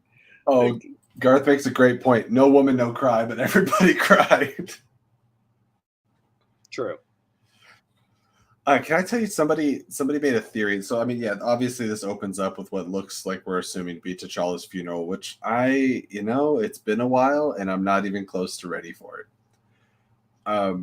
But somebody's like, what if, because everyone's been speculating about where he is and what happened to him. What if we see old man Steve at T'Challa's funeral? And I was like, oof, that would be some big papa hurt. Bro, like who else? Right. Like I didn't even think about like who would be at T'Challa's funeral. Like I didn't even process that. Steve's the only person they'd let in. He's the only person they'd let in. Just about. Bucky. Yeah, or Bucky. Well, no, not anymore. Because of that Zemo business. Wakanda hates Bucky. He said, fuck all the way off, bro. Oh, just because he hung out with them? Well, that and then broke him out of prison and stuff. Yeah, they're pissed. Damn. Yeah, I don't know who. Rhodey? He's been there. Yeah. Maybe. So Bruce? I don't know. Are you a fan of what they're doing with like the Aztec designs for Namor? Because I think it's super rad. If you're not, you're an idiot. No offense to the people that don't, because this is fucking rad. Because sorry, Marvel was not just gonna be like, we're gonna make Atlantis underwater. No, we're gonna make it real, and we're gonna make. Did you hear it's not Atlantis? Cool. That's even better. It's an actual like Aztec. Yeah. Yeah, I looked it up at one point, but it's a place that they like worship the rain god and Tenochtitlan. Yeah. Yeah. So, anyways, I think that's cool. That's a good way to differentiate it from Aquaman, you know. And I really don't care about more like I don't need Atlantis in the MCU. This is the ancient city that is supposedly under the lake that is near Mexico City. Nice. And what I think is like, but that's going to be weird. We've seen some shots of like the shore, so I don't know which shore they're on.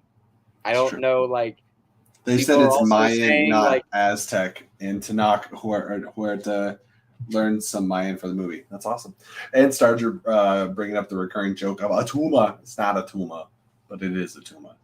Probably looks like it. There was some no, it's 100% Atuma. Yeah. The Funko Pops released for pre-order this week, and that's who it is. I follow Funko pre-order, so that's where I get most of my movie spoilers. Yeah, that or Lego sets. Pretty much. I was talking with my wife about the power of. So Angela Bassett has the only line of dialogue in the trailer, which I think didn't hit me right away.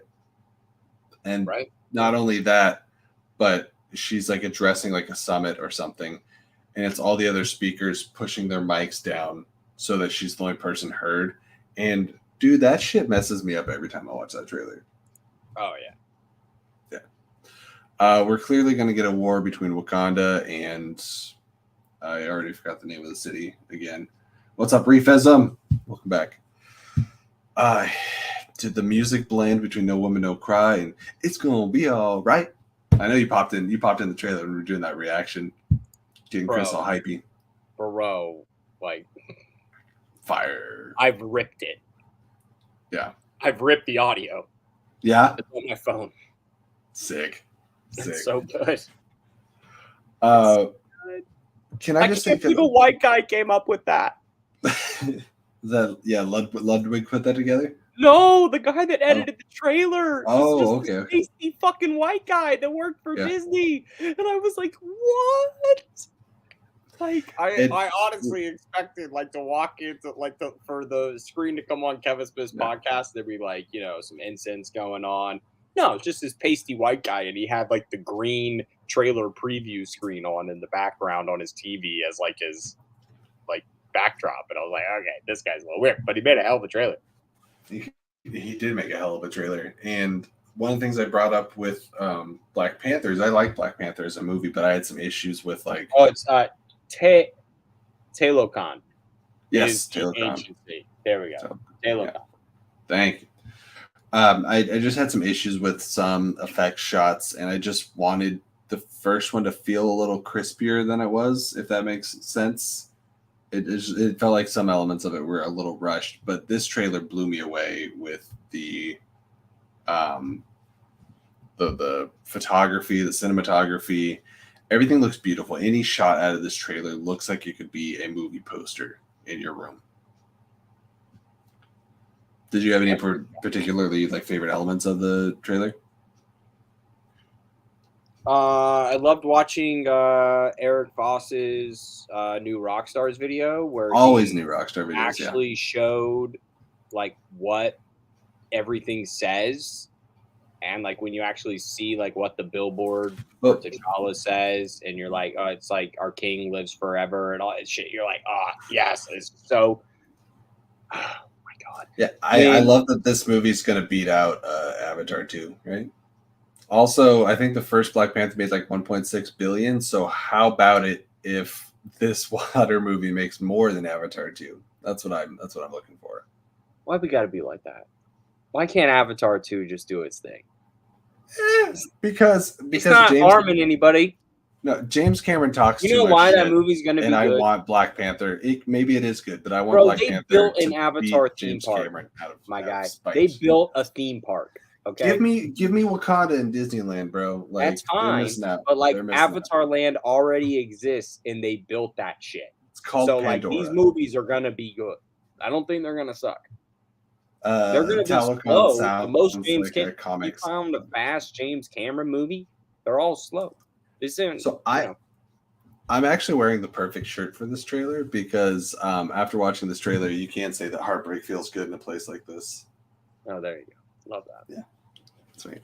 Gotta love that. Gotta love that. So yeah, I've watched that trailer. I actually don't know if I agree with that, AJ. That the underwater photography in Black Panther 2 looks better than what we see from Avatar. We've seen it's probably out of focus dudes riding whales in half of scene, and we've seen what we saw in Avatar 2. You might want to go back. What they're doing with Avatar 2 is some cooking. I think a lot of us want to say that, but it's probably not quite true. But anyways, the trailer is fantastic. We're looking forward to it. Let's start. Let's wrap this stuff up. Let's talk about Phase 5 and 6. Not a lot to talk about Phase 6, but we will get to it because there was some big announcements. # Kang Watch. But he was actually there. The watch is over. That's true. Kang we found. Are now officially found Kang. We found. All right. I'm gonna drop the banner here so you can see our way here. Quantum Mania, which they showed a trailer for everyone. Guardians of the Galaxy, they showed a trailer for everyone but us. And then Secret Invasion also had a trailer. There was 3 trailers that we did not get to see, but we did see a baby raccoon from Quantum Mania. And the High Evolutionary, the actor's name, I will not insult him by trying to pronounce it, but he was in Peacemaker, did a great job there. He will be playing the High Evolutionary. Can't wait to dissect us all. Yeah. Love that. Yeah. Creepy dude, trying to capture some of that Loki energy. So we're looking, we got Quantumania, Secret Invasion, Guardians of the Galaxy Volume 3, which I'm told has a much more melancholy tone than 1 and 2. So we might cry. Might be some cry time. This is Marvel Trauma Part 2. The Echo Show is happening with Charlie Cox and Vincent D'Onofrio and Alaqua Cox? No, not Cox. Is that her last name? Who? Echo. Is it Alaqua? Maybe? I hit that Google. And am I just now realizing they both have Cox as the last name? That's funny. If true. Awesome. Loki Season 2. Do you think we're going to get more Kang in Loki Season 2? We have to, right? Yeah, what's the show? Yeah. That was the setup. Yeah. That'll be the Marvels episode, and you'll be able to see a Alaka Cox plays Maya Lopez, correct? Right. You'll definitely see Kang, but he won't know who Loki is. That's true. Well, he knows. He's not going to know. So it'll definitely be something similar. If anybody else has gone and found the bootleg Quantum Mania trailer like I have, he looks right at Scott Lang and he says, "Oh, you're an Avenger. Have I killed you before? Yeah, I watched that. Killed you before." I love that it was like the audio was like just inaudible until Kang starts speaking. I would like to assume that this Kang that we see in Quantum Mania will be the same Kang we see in Loki Season 2. That is my beginning speculation, because I think we'll see different versions of Kang in this movie, because the Kang that we saw in that trailer did not have the makeup or the tech suit. And there was a big groan from the audience. You can hear it in the bootleg trailers when it's just Jonathan Majors not in CG, and they all wanted to see some Blueface, and they did not get it. Very disappointed crowd. But hey, if they're saving that for the D23 trailer, I'm here for it. You can if I see Kang sit in a chair at any point in the next year, I will fall out of mine. Can you imagine, bro? He's sitting in his chair. Well, are we going to see more? Is it Ravonna? Ravonna Renslayer? Yeah. Yeah, we're going to see more of her at some point. Might see the real version of her. Might see the real version of her. Kang is the best version of Mr. Freeze. Prove me wrong. Hey, speaking of cold boxing people, or whatever it is you said. Ice boxing people. Yeah. It's just evolving constantly. It went from fridging to ice boxing. It's a cold box. Now it's going to be Yeti coolering people. I'm more excited from the Marvels. I'm more excited for the Marvels than I have been previously. Nia DaCosta directing that movie with I almost said Kamala Khan. I mean, that's correct, but Aman Vellani, Teyonah Parris. I really thought we might see a little Teyonah Parris in Miss Marvel, but we did not. Yeah, I just didn't know how they were gonna bring her in. It would have been interesting if it was like if they weren't going as all in on bringing Kamala into the main MCU fold. I think it would have been Teyonah Parris to keep the Disney Plus TV show line going with her being in WandaVision. But the fact that they went full in on Carol, I think that was pretty big, and I think that's pretty telling of how big this movie's going to be. And if this is the Marvels, she might not be Spectrum. She might be a Captain Marvel. We might have many Captain Marvels, you know? Yeah. That's why it's the Marvels, I guess, right? Yeah. Secret Invasion. Brent asked us an important question before we move off Black Panther 2. Do you think we are more likely to get a Doom or Kang in the post-credit sequence for Black Panther 2? More likely, Victor Von Doom. But do I think for sure that we're going to get him? Not necessarily, but between the two, I think it's going to be, the leader of Latveria, I think makes more sense than Kang. Because there's a lot of time. Well, I guess Wakanda Forever is the last movie before Quantumania, huh? Right. So I have It's the end of phase. What? Yeah. I have some way bigger abstract thoughts on that, but we can kind of get into them a little bit. If we're doing Secret Wars, and if we're going full spoilers for Jonathan Hickman's Secret Wars, a run that's been out for 7 years, get on it. Kang's not in it. Yeah. Kang's just not in the story. But a much more less stringent Doctor Strange is, and he's the one that kind of gets into Doom that causes that causes the world to break, and Doom uses Strange in the New World as his liaison and all that kind of shit. Is this going to be Kang and Doom? If it's Kang and Doom that cause Secret Wars, but Doctor Strange just popped a third eye, so I think he's up for some evil shit. Yeah. It could be all of them. Let's be real, Kang Dynasty, Kang's gonna win. I think that's gonna be the setup for Secret Wars. In a fucked up reality at the end of Kang Dynasty that causes Secret Wars. Whatever world Kang makes at the end, because he's the only one in the Marvel universe to ever actually win, to really, really, really win, and they got to live in that world. Man. And Garth brings up a good point. Kang was in the original Secret Wars.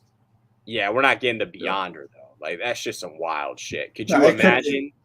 It could be a hybrid. I mean, would we ever have thought that we'd get Celestials in the High Evolutionary? And Brent asked a very thought-provoking and kind of made me cringe question. Any chance they make Doom another variant of Kang? When you were waxing poetic about Doom and Kang, that was an interesting thing that popped into my head. I don't know. And Ben and I from the Montyverse were talking about this on the Fantastic Forecast we were recording this week. Yeah. Because we did Damien Chazelle. We casted the whole Fantastic Forecast with Damien Chazelle. And he picked the actor that plays the King Beyond the Wall in Kieran Hines. Yeah. And his theory was that both of our movies kind of played in time, not to spoil the show that's coming out next week, but they play with the idea that the Fantastic Four will time jump. But if they were all in college together and Doom was their professor, but then when they came to the new age, when they came to the future, he still looked the same, assuming he'd already mastered time travel at that point in terms of like not aging at all, that opens up the Kang little boppity bops where it's we could explain this as Kang has come along and Victor Von Doom is the CEO of Kang Enterprises, QENG. That we saw in Loki. Shit. Yeah. Man, that's fascinating. Are we going to get any references to Iron Lad, the Nathaniel Richards that tried to avoid becoming Kang? There's a lot of things to do with the story potential there. And also, like, are we? I don't know. Like, is Kang Dynasty going to be Young Avengers focused, or is it going to be a mix of things? Are we getting a Young Avengers movie or series? We also don't know because there's some shit that comes out before then that we don't know about.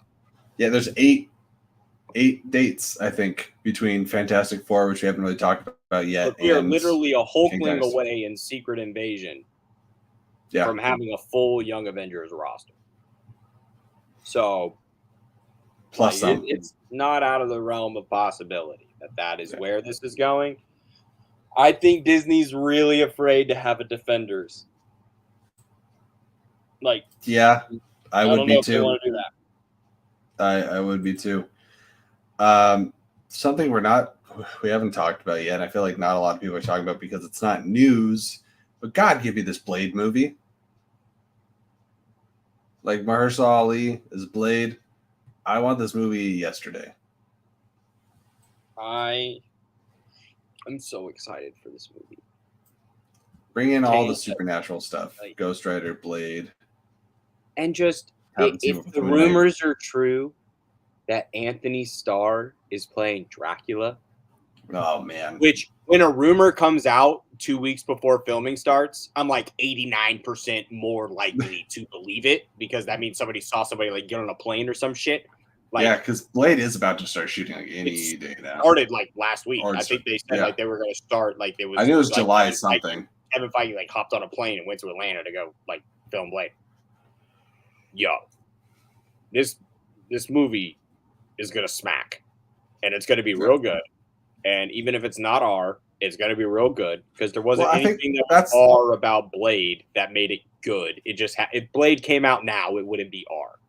Yeah, they just drop like have a few less.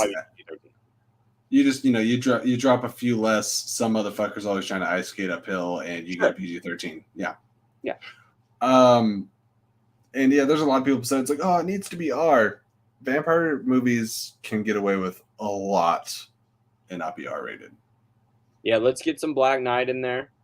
Yes, yes, Kit Harington. I also realized something very important in my Game of Thrones episodes rewatch this week. Do tell. Kit Harington looks really fucking good wielding a sword. And Marvel was like, yeah, he does. And we're going to pay him $15 million a movie to do it. Probably, yeah. These are the facts. He's just going to stand there, and he's going to look like an idiot. He's going to have a big old half golden thing on his head. He's going to be looking dumb. And y'all going to love it. It's going to be sick. But yeah, how was this sword not the Necro sword from? I don't know.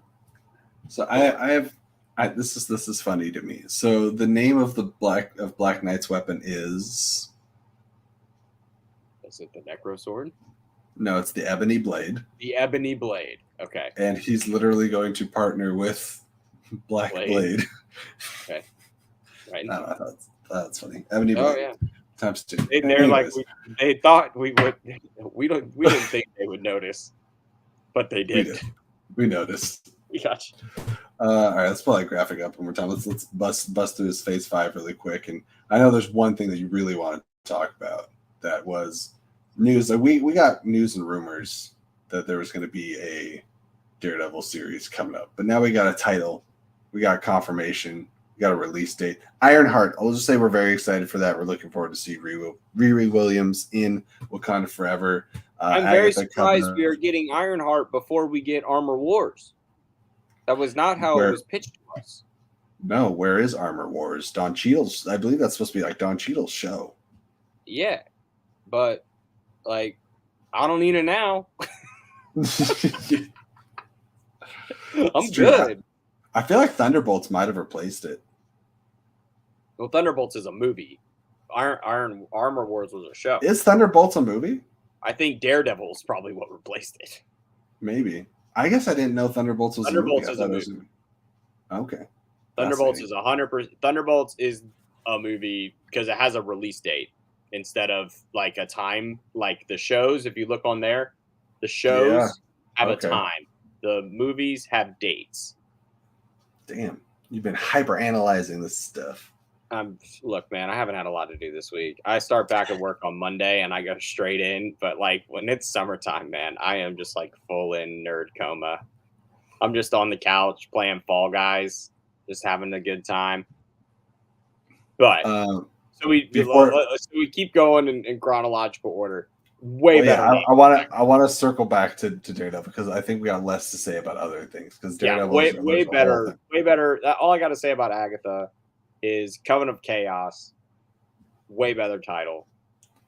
You want to argue alliterations? You like your C's more than your H's? Yeah, because House of Harkness is like way too long for an Instagram. You're breaking Garth's. That was it. Breaking Garth's. You're breaking Garth's. Sorry. Like that's like Garth. Oh yeah. Garth and I talked about that. All right. Look, that's a marketing thing. Coven of Chaos just looks really cool. It's nice to get confirmation on Thunderbolts, what everyone's been speculating about, one of the worst kept secrets at Marvel. Captain America New World Order, very excited about that. We could talk about that later, but let's get into Daredevil Born Again. Colin. All right, folks. 18 episodes. Let's just start right there. 18 episodes. Even if Kevin Feige had to say it 3 times. Kevin Feige was like, I didn't stutter, nerds.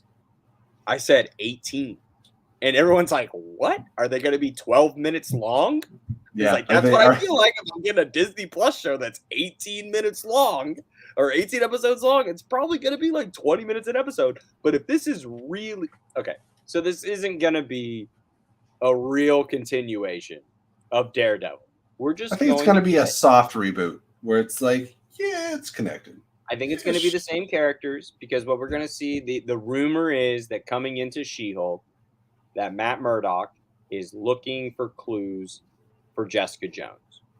So that's kind of been the rumors that I've heard. He's looking for little snippets of Jessica Jones. And like, yeah, Star Drew, Foggy returns. Like, give me Foggy. Give me my boy. You know, I was just watching Psych the other day, and Foggy was on it. Foggy was in an episode of Psych. Bro, when he pops up, have you watched Sons of Anarchy? Just the first season. Oh, my bad. I'm sorry. Okay. This show rated R. Well, it would be TVMA if anything, and probably not. And here's the thing again. You take out... I don't know, though, dude. I'm not going to put it past them because if a point you made, I'll take a point you made to argue that you don't know point is like Marvel Zombies? No, well, sure. But they're also, you're saying, this is like going to the comic book shop, okay? My mom will be interested in watching Miss Marvel. She'll be interested in watching Agatha House of Harkness. She'll look at Daredevil and be like, and Colin talked about that all the time. I might give it a shot, but it appeals to certain people. So this is honestly Marvel's best shot of seeing if it works, because they could throw some stuff in there that's a bit darker if that's where people. Also, they can keep it a much more modest budget. Oh yeah, they don't need no big 60-foot tall CGI costume. Yeah, that other Daredevil show also didn't know if it was going to come back for another season after each season was made. So, like, every season kind of wrapped it up. So, it's like, all right, we're good here. Everything's fine. Everything's fine here. How are you? Yeah, exactly. That's basically how it went.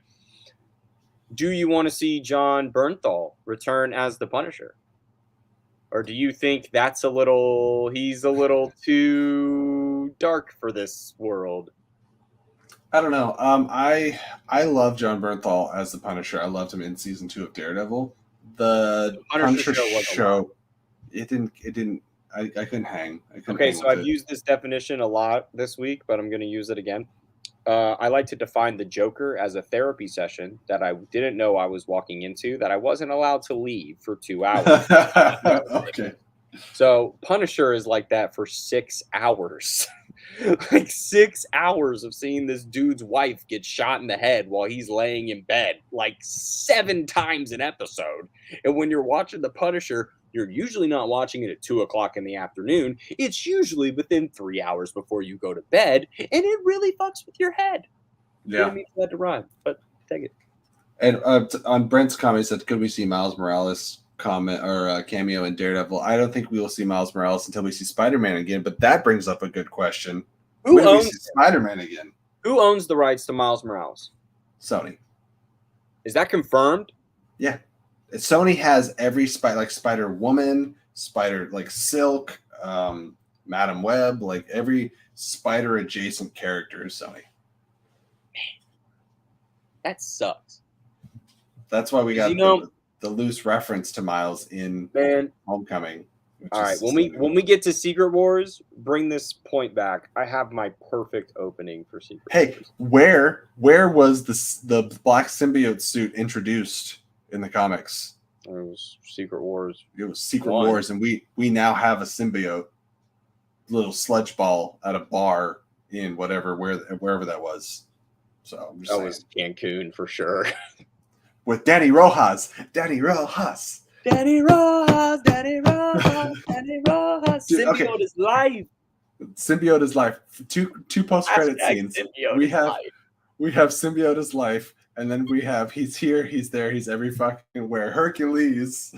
Bro, when I tell you, like, that was my favorite part of that movie by far. Like, that was I lived for that. I didn't know it was the only thing in the movie I'm pretty sure I didn't know was coming. Every other part of that movie, I felt like I could have written after you told me that. Unfortunately, that leaked on Twitter like a week early. Like someone's like, Brett Goldstein is gonna be Hercules. I said that's a lie. I did such a good job of avoiding Twitter for Thor stuff. And then when that came on, me and about 5 other dudes in the audience went, "Oi!" It's like this communal experience. I'm like, "Oh, you cried for that old show too." Got it. Oh my gosh, give me like all these shows are great, but just Ted Lasso season 3 and I can die happy. Oh. Or sad. I don't. Who knows? Oh no! We're gonna see the demise of friggin' dickhead Nate. Yeah, Nate's going down. So Born Again. What gives me hope that it's going to be a darker show is if they try to make light out of a Frank Miller concept, I will be quite disappointed. Frank Miller does not do the fluffy. And Daredevil is a traditionally darker character. Have you seen the director's cut of the Ben Affleck Daredevil film? Yes, I have many times. Yeah, it's not a terrible movie. Doesn't suck at all. No. More Kevin Smith. As Starger said, all the hallway scenes, please. All the hallway scenes. You know what? Just don't even try.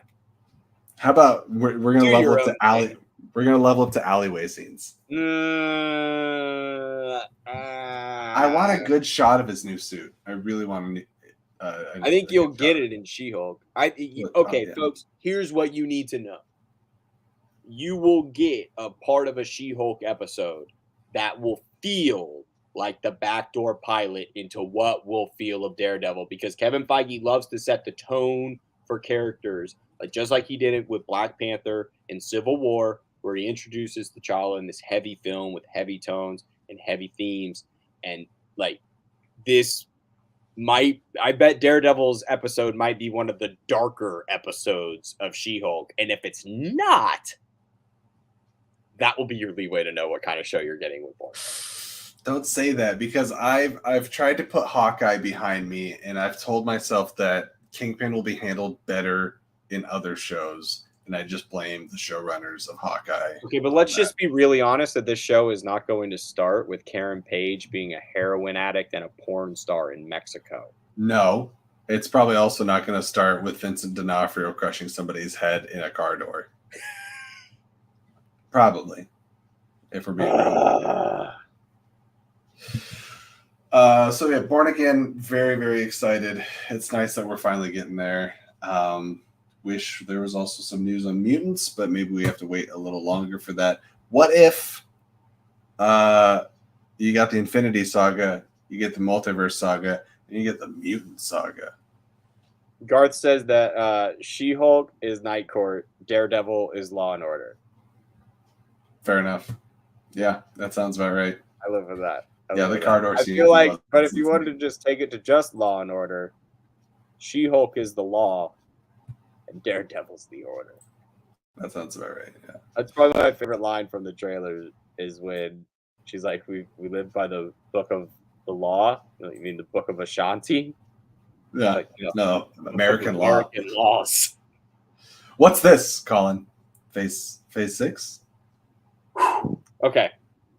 Got 2 Avengers movies within 6 months of each other, and Kang Dynasty coming out right for my birthday. Fantastic Four, we finally have a release date. When's your birthday? May 3rd. Oh, my girlfriend's birthday is May 8th. Hey, she's so excited. She's been gypped so many times. Like Black Widow was supposed to come out on her birthday, and then COVID sucks. And then they just kept moving it, and then they gave us.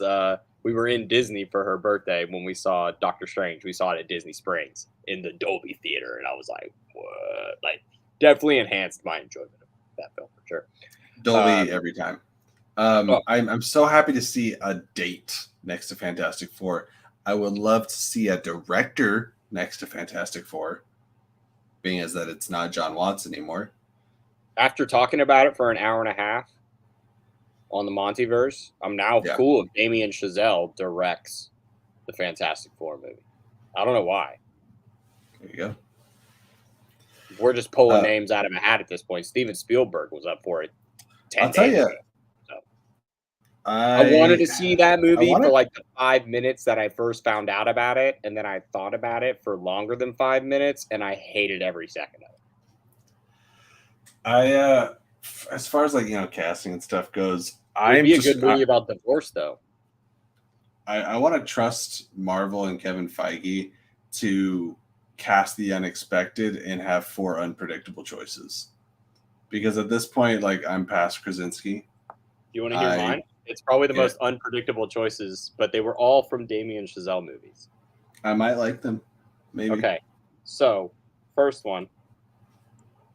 We're going to start from the bottom and work our way up because they'll make... No. They're all pretty bad. Oh, really quick. I agree with Garth McMurray. I want the Daniels to direct Fantastic Four. Everything Everywhere All the Time is probably the best movie of the year. I need a digital... share copy of that if anybody wants to send a link to that on my Twitter right above right here. If you got a copy of that to Movies Anywhere All the Time, please send that right here on Twitter.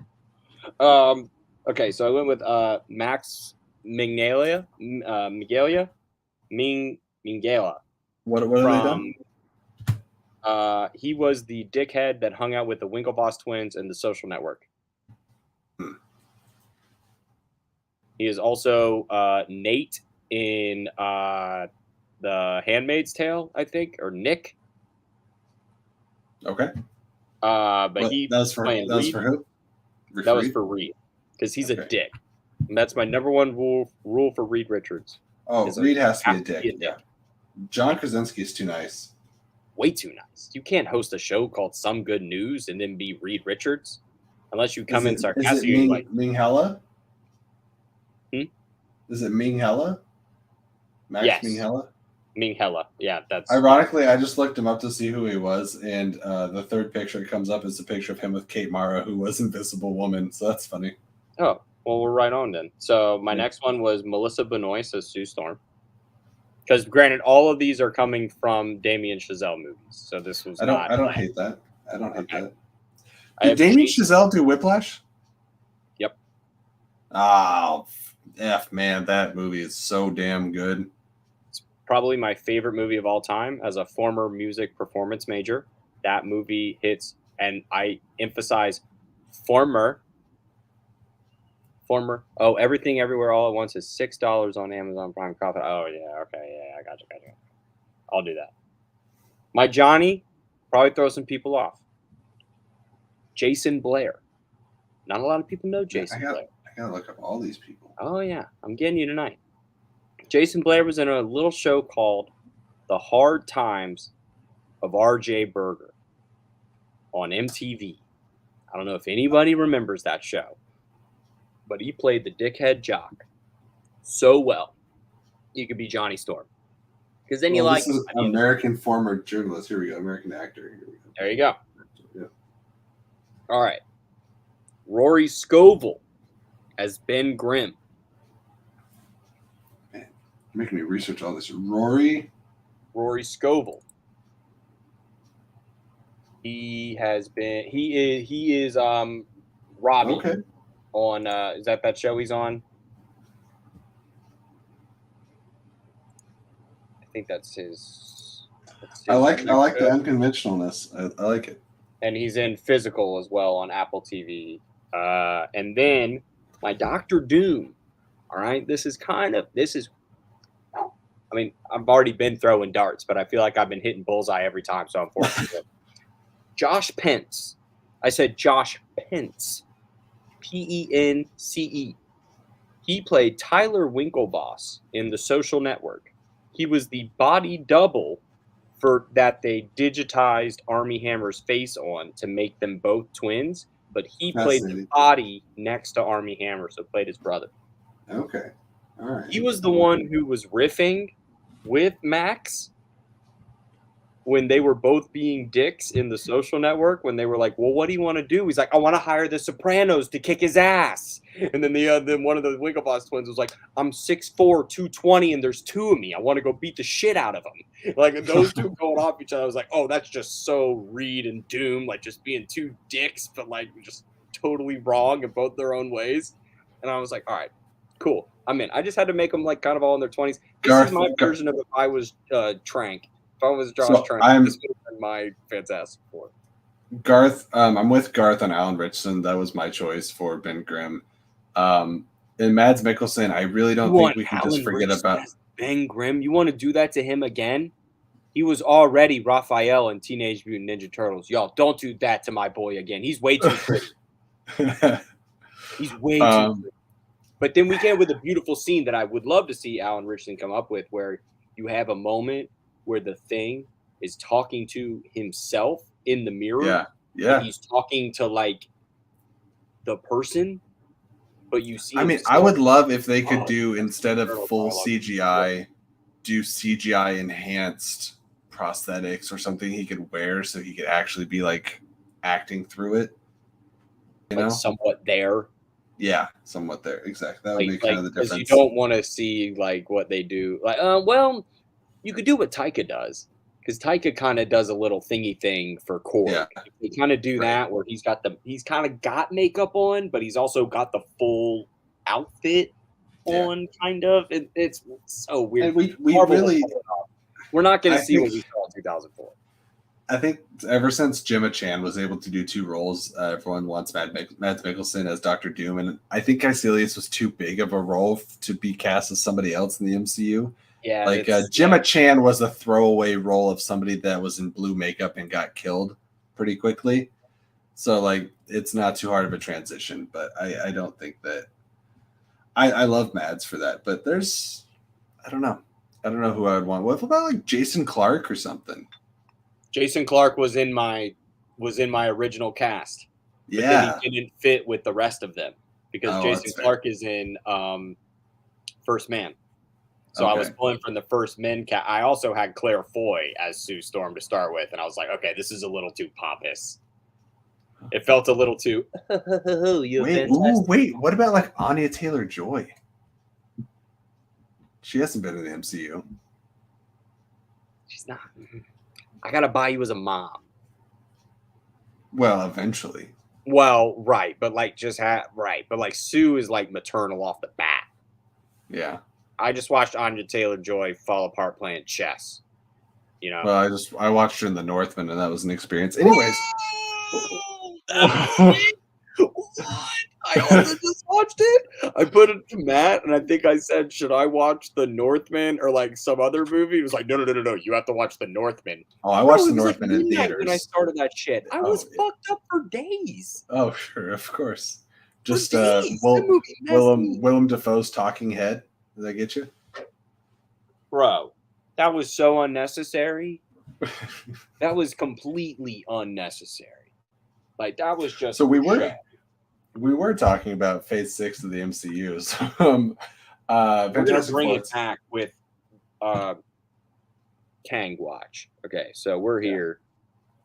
Fantastic Four, it's gonna be cool, but I really have a hard time talking about the movie when I don't know who's definitely getting Kang. I don't know who's gonna be in it. We're definitely getting Jonathan Majors in some capacity in Fantastic Four. Here's something we can speculate responsibly on. When will the Fantastic Four movie take place? I think it's going to be twofold. And I know this is an old idea, but I've latched onto it. And until proven otherwise, I like it very much. And it's that they entered quite possibly the quantum realm in the 60s. And they come out now. Like I know that's old, and everyone has been speculating that's how they should do it, and I agree that is how they should do it.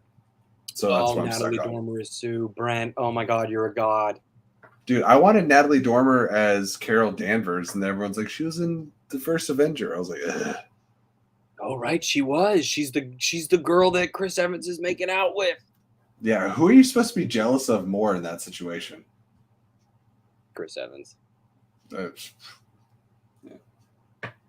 At that point, because he was a immature little boy in the body of a god, he was basically Shazam. Yeah, sure. Yeah, but I would like that. Okay, first Avenger. Zero use over his facilities at that point. Don't believe he knows what. As of right now, first Avenger came out 11 years ago. Nobody cares about that throwaway character in the first Avenger. So yeah, I think Natalie Dormer, do it up. Well, and also here's the thing: if they are dabbling into some part of the quantum realm, they would be working for S.H.I.E.L.D. There is no other route into the quantum realm through the MCU other than Hank Pym and Janet's research in the 60s, which, if you introduce them as test subjects, and they come back and there's no S.H.I.E.L.D. Right. Yeah. Like there could be all these different things of like them trying to get involved and all that kind of stuff. And you could see like a young Lawrence Fishburne, like wishing them luck. And then boom, they're gone. I'd love it. I trust them. And stop teasing us and just get Brad Bird to do Fantastic Four. Right? He already did it animated twice. And then he did Mission Impossible. You can do a cast. All right. So we have Kang Dynasty and Secret Wars. Secret Wars was already pretty rumored, but Kang Dynasty was kind of the big surprise of the Marvel panel. And Kang Watch has now gone full circle. You're welcome. Yeah. My victory lap continues. Now we have to get you on Loki season 2 reviews when that comes around. Every single episode. Every episode.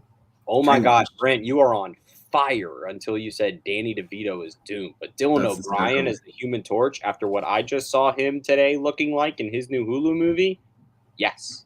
Yeah, I know it's very basic. They make Human Torch like a Machine Gun Kelly metaphor. It'd be fucking hilarious. Like if they totally change him up and make him just a different kind of dickhead. Because I don't think the total macho dickhead Chris Evans mold, or even also I enjoy a lot fighter pilot attitude that Michael B. Jordan had, which is kind of what he had. He kind of had just a daredevil mentality. I don't know if that's gonna work. You got to somehow make Johnny a relatable guy that you hate but then come to love, and there was not really a whole lot of redeeming qualities about either of the Johnny Storms we've gotten so far. I don't hate Alexander Skarsgård for Doom. Oh well, that's just genius. Like, I mean, yeah, just do it. Yeah, absolutely. Get as many Skarsgårds in here as we can. Yeah, we got Stellan already. Just gotta get the other one's in. Didn't we just talk about the other one? Yeah, John Wick. Yeah, he's in John Wick. We got Skarsgårds. We got Mickelsons. But you know, hey. Or you can make Alexander I get into Skarsgård, another argument with somebody that Dr. Doom should be played by somebody of Romani heritage, not even Romanian, Romani, which is like a really small sect of like what they pulled his heritage from to then make a fake country out of. I think we get into it. Nikolai Pastor Waldo is still my top choice. Oh, that's good. But you make Alexander Skarsgård Norrin Rad, is what you do. Hang on to it. Wait for it. Yeah. The Silver Surfer, for those who don't know. So anyways, we're very excited for Fantastic Four. I feel like I have been talking like all week about these Avengers movies that we don't know a lot about. Oh, Destin Daniel Cretton from Shang-Chi is directing Kang Dynasty. So you know we're going to get a lot of any thoughts that you think that's not going to work, go watch Shang-Chi fight his dad. Yeah. Because that shit smacks. When he basically does a fake Kamehameha wave and then drops it. Yeah. And you're like, oh, okay, cool, we're done here. Like, oh, sick. Like, but like everything up until that was dope. Yeah, Garth, thank you for pulling that. Yeah, Charlie Chaplin, basically the last Romani actor to have a leading role in any film. I had to struggle. Let's fix that. I had to struggle. But there's not a lot of them that like actually. I had to look up Romani actors, so then I'm pulling like it's going to be an unknown. If you really want to go full blown, it's going to be a full unknown, which is cool. I'm totally cool with it, but that's not what people want. It's Dr. Doom. They have not done Jonathan Majors. He's known, but like in acting circles, he's known. Yeah. So like, you would have to pull somebody that's in that known. Well, now world, like hard time pulling. He did Lovecraft County Country, and then Lovecraft Country, but yeah, but like, and then all of a sudden exploded. But like we didn't know. Not a lot of people knew him before that. Anyways, yeah. So I'm really excited for Destin Daniel Cretton to take that on. Looking forward to D23 is right around the corner. Maybe we'll have you pop on, do some live reactions with us. Maybe fill in some of those gaps. Bob Hoskins is from me too. So yeah, I did not know that. Of course, famous for Super Mario Brothers, the movie. I think that was probably the highlight of his career. Charlie Chaplin as Dr. Doom. Confirmed. Yeah. Deep fake. We got it going on. All right. Well, I mean, that pretty much wraps up the Marvel panel. That's what happened. It was a big. My second hour of this. Okay, here's Secret Wars. Oh, yeah, go ahead. All right. Yeah. We're going to start on another Earth. Just like the comic. Okay, listen. Just like the comic. Enter Miles Morales. Oof. Right there. Boom. Bang. I would love that. You open in right there. And then his whole fucking world falls apart. Oh, God. And then he looks up in the sky. The world's falling apart. Buildings are falling into buildings. It's exactly what an incursion looked like in the comics. Literally, buildings were falling out of the sky into other buildings. Like, it was really fucked up. And then that could even be the post on it. No, that'll be the post-credit scene of Kang Dynasty. That's our another Earth and the incursion beginning. That's our Hawkeye intro. It could even be post-incursion at the beginning of Secret Wars Battle World. That's our Hawkeye style intro from like Endgame, where he just like his whole family dies, and you're just like boom. That's what they like to do with these second Avengers movies. First, remember how Infinity War started? These big event films are just like, we're gonna wreck you. And give you an emaciated Tony Stark. It's pretty hard to look at. Oh boy, that was a lot of content. That's a lot of content. It's been 2.5 hours. We talked about a whole lot of things. Thank you for everyone that joined us. But I think for Colin, it's like probably late o'clock? 2:39. 2:39 in the morning? Awesome. I'm fine. It's just closing in on midnight over here, but hopefully you enjoyed hanging out and speculating good stuff with us. Tomorrow morning, right off the bat, 9 o'clock in the morning, we have News and Views with Scott Fox. And this guy right here has got to figure out what we're going to talk about. So look forward to that. Join us. If you're new to the channel, thank you for joining us. Hit that subscribe button, like. Check out all of our trailer reactions like we talked about earlier. We have Wakanda Forever, She-Hulk, Sandman, all that stuff's on the channel right now. Also check out Allison Salamoni has a you've never seen it. It's on both the YouTube and it's on our audio platforms. It's where she discussed with a special guest a movie that she's never seen, and they are more than excited to enlighten her upon, and then she watches it and they get into it and all that kind of stuff. With such guests as William Bibiani talking about Citizen Kane. We've had the movie guys talking about Blade Runner. And then most recently with her friend, she watched When Harry Met Sally for the first time. So definitely check that out. It's an awesome show. And you can catch it over on Spotify, Apple Podcasts, and things like that. Now, before we start signing off, is there anywhere that you want people to can find you?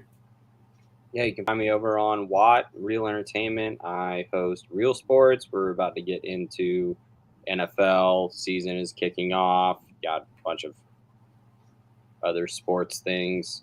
In sports. I know that's not really what people come here for, but I love sports.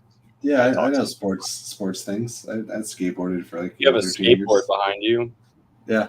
Do you like that? You like that flicking real skateboard? It's pretty badass.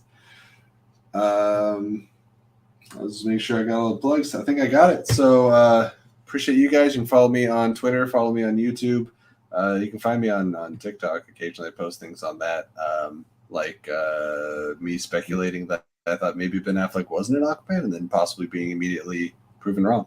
So yeah, check me out over there. But other than that, it's been a blast. Thank you for coming. And until next time, keep it real. Where's that outro video? Boom. It's right. That's the one. There it is.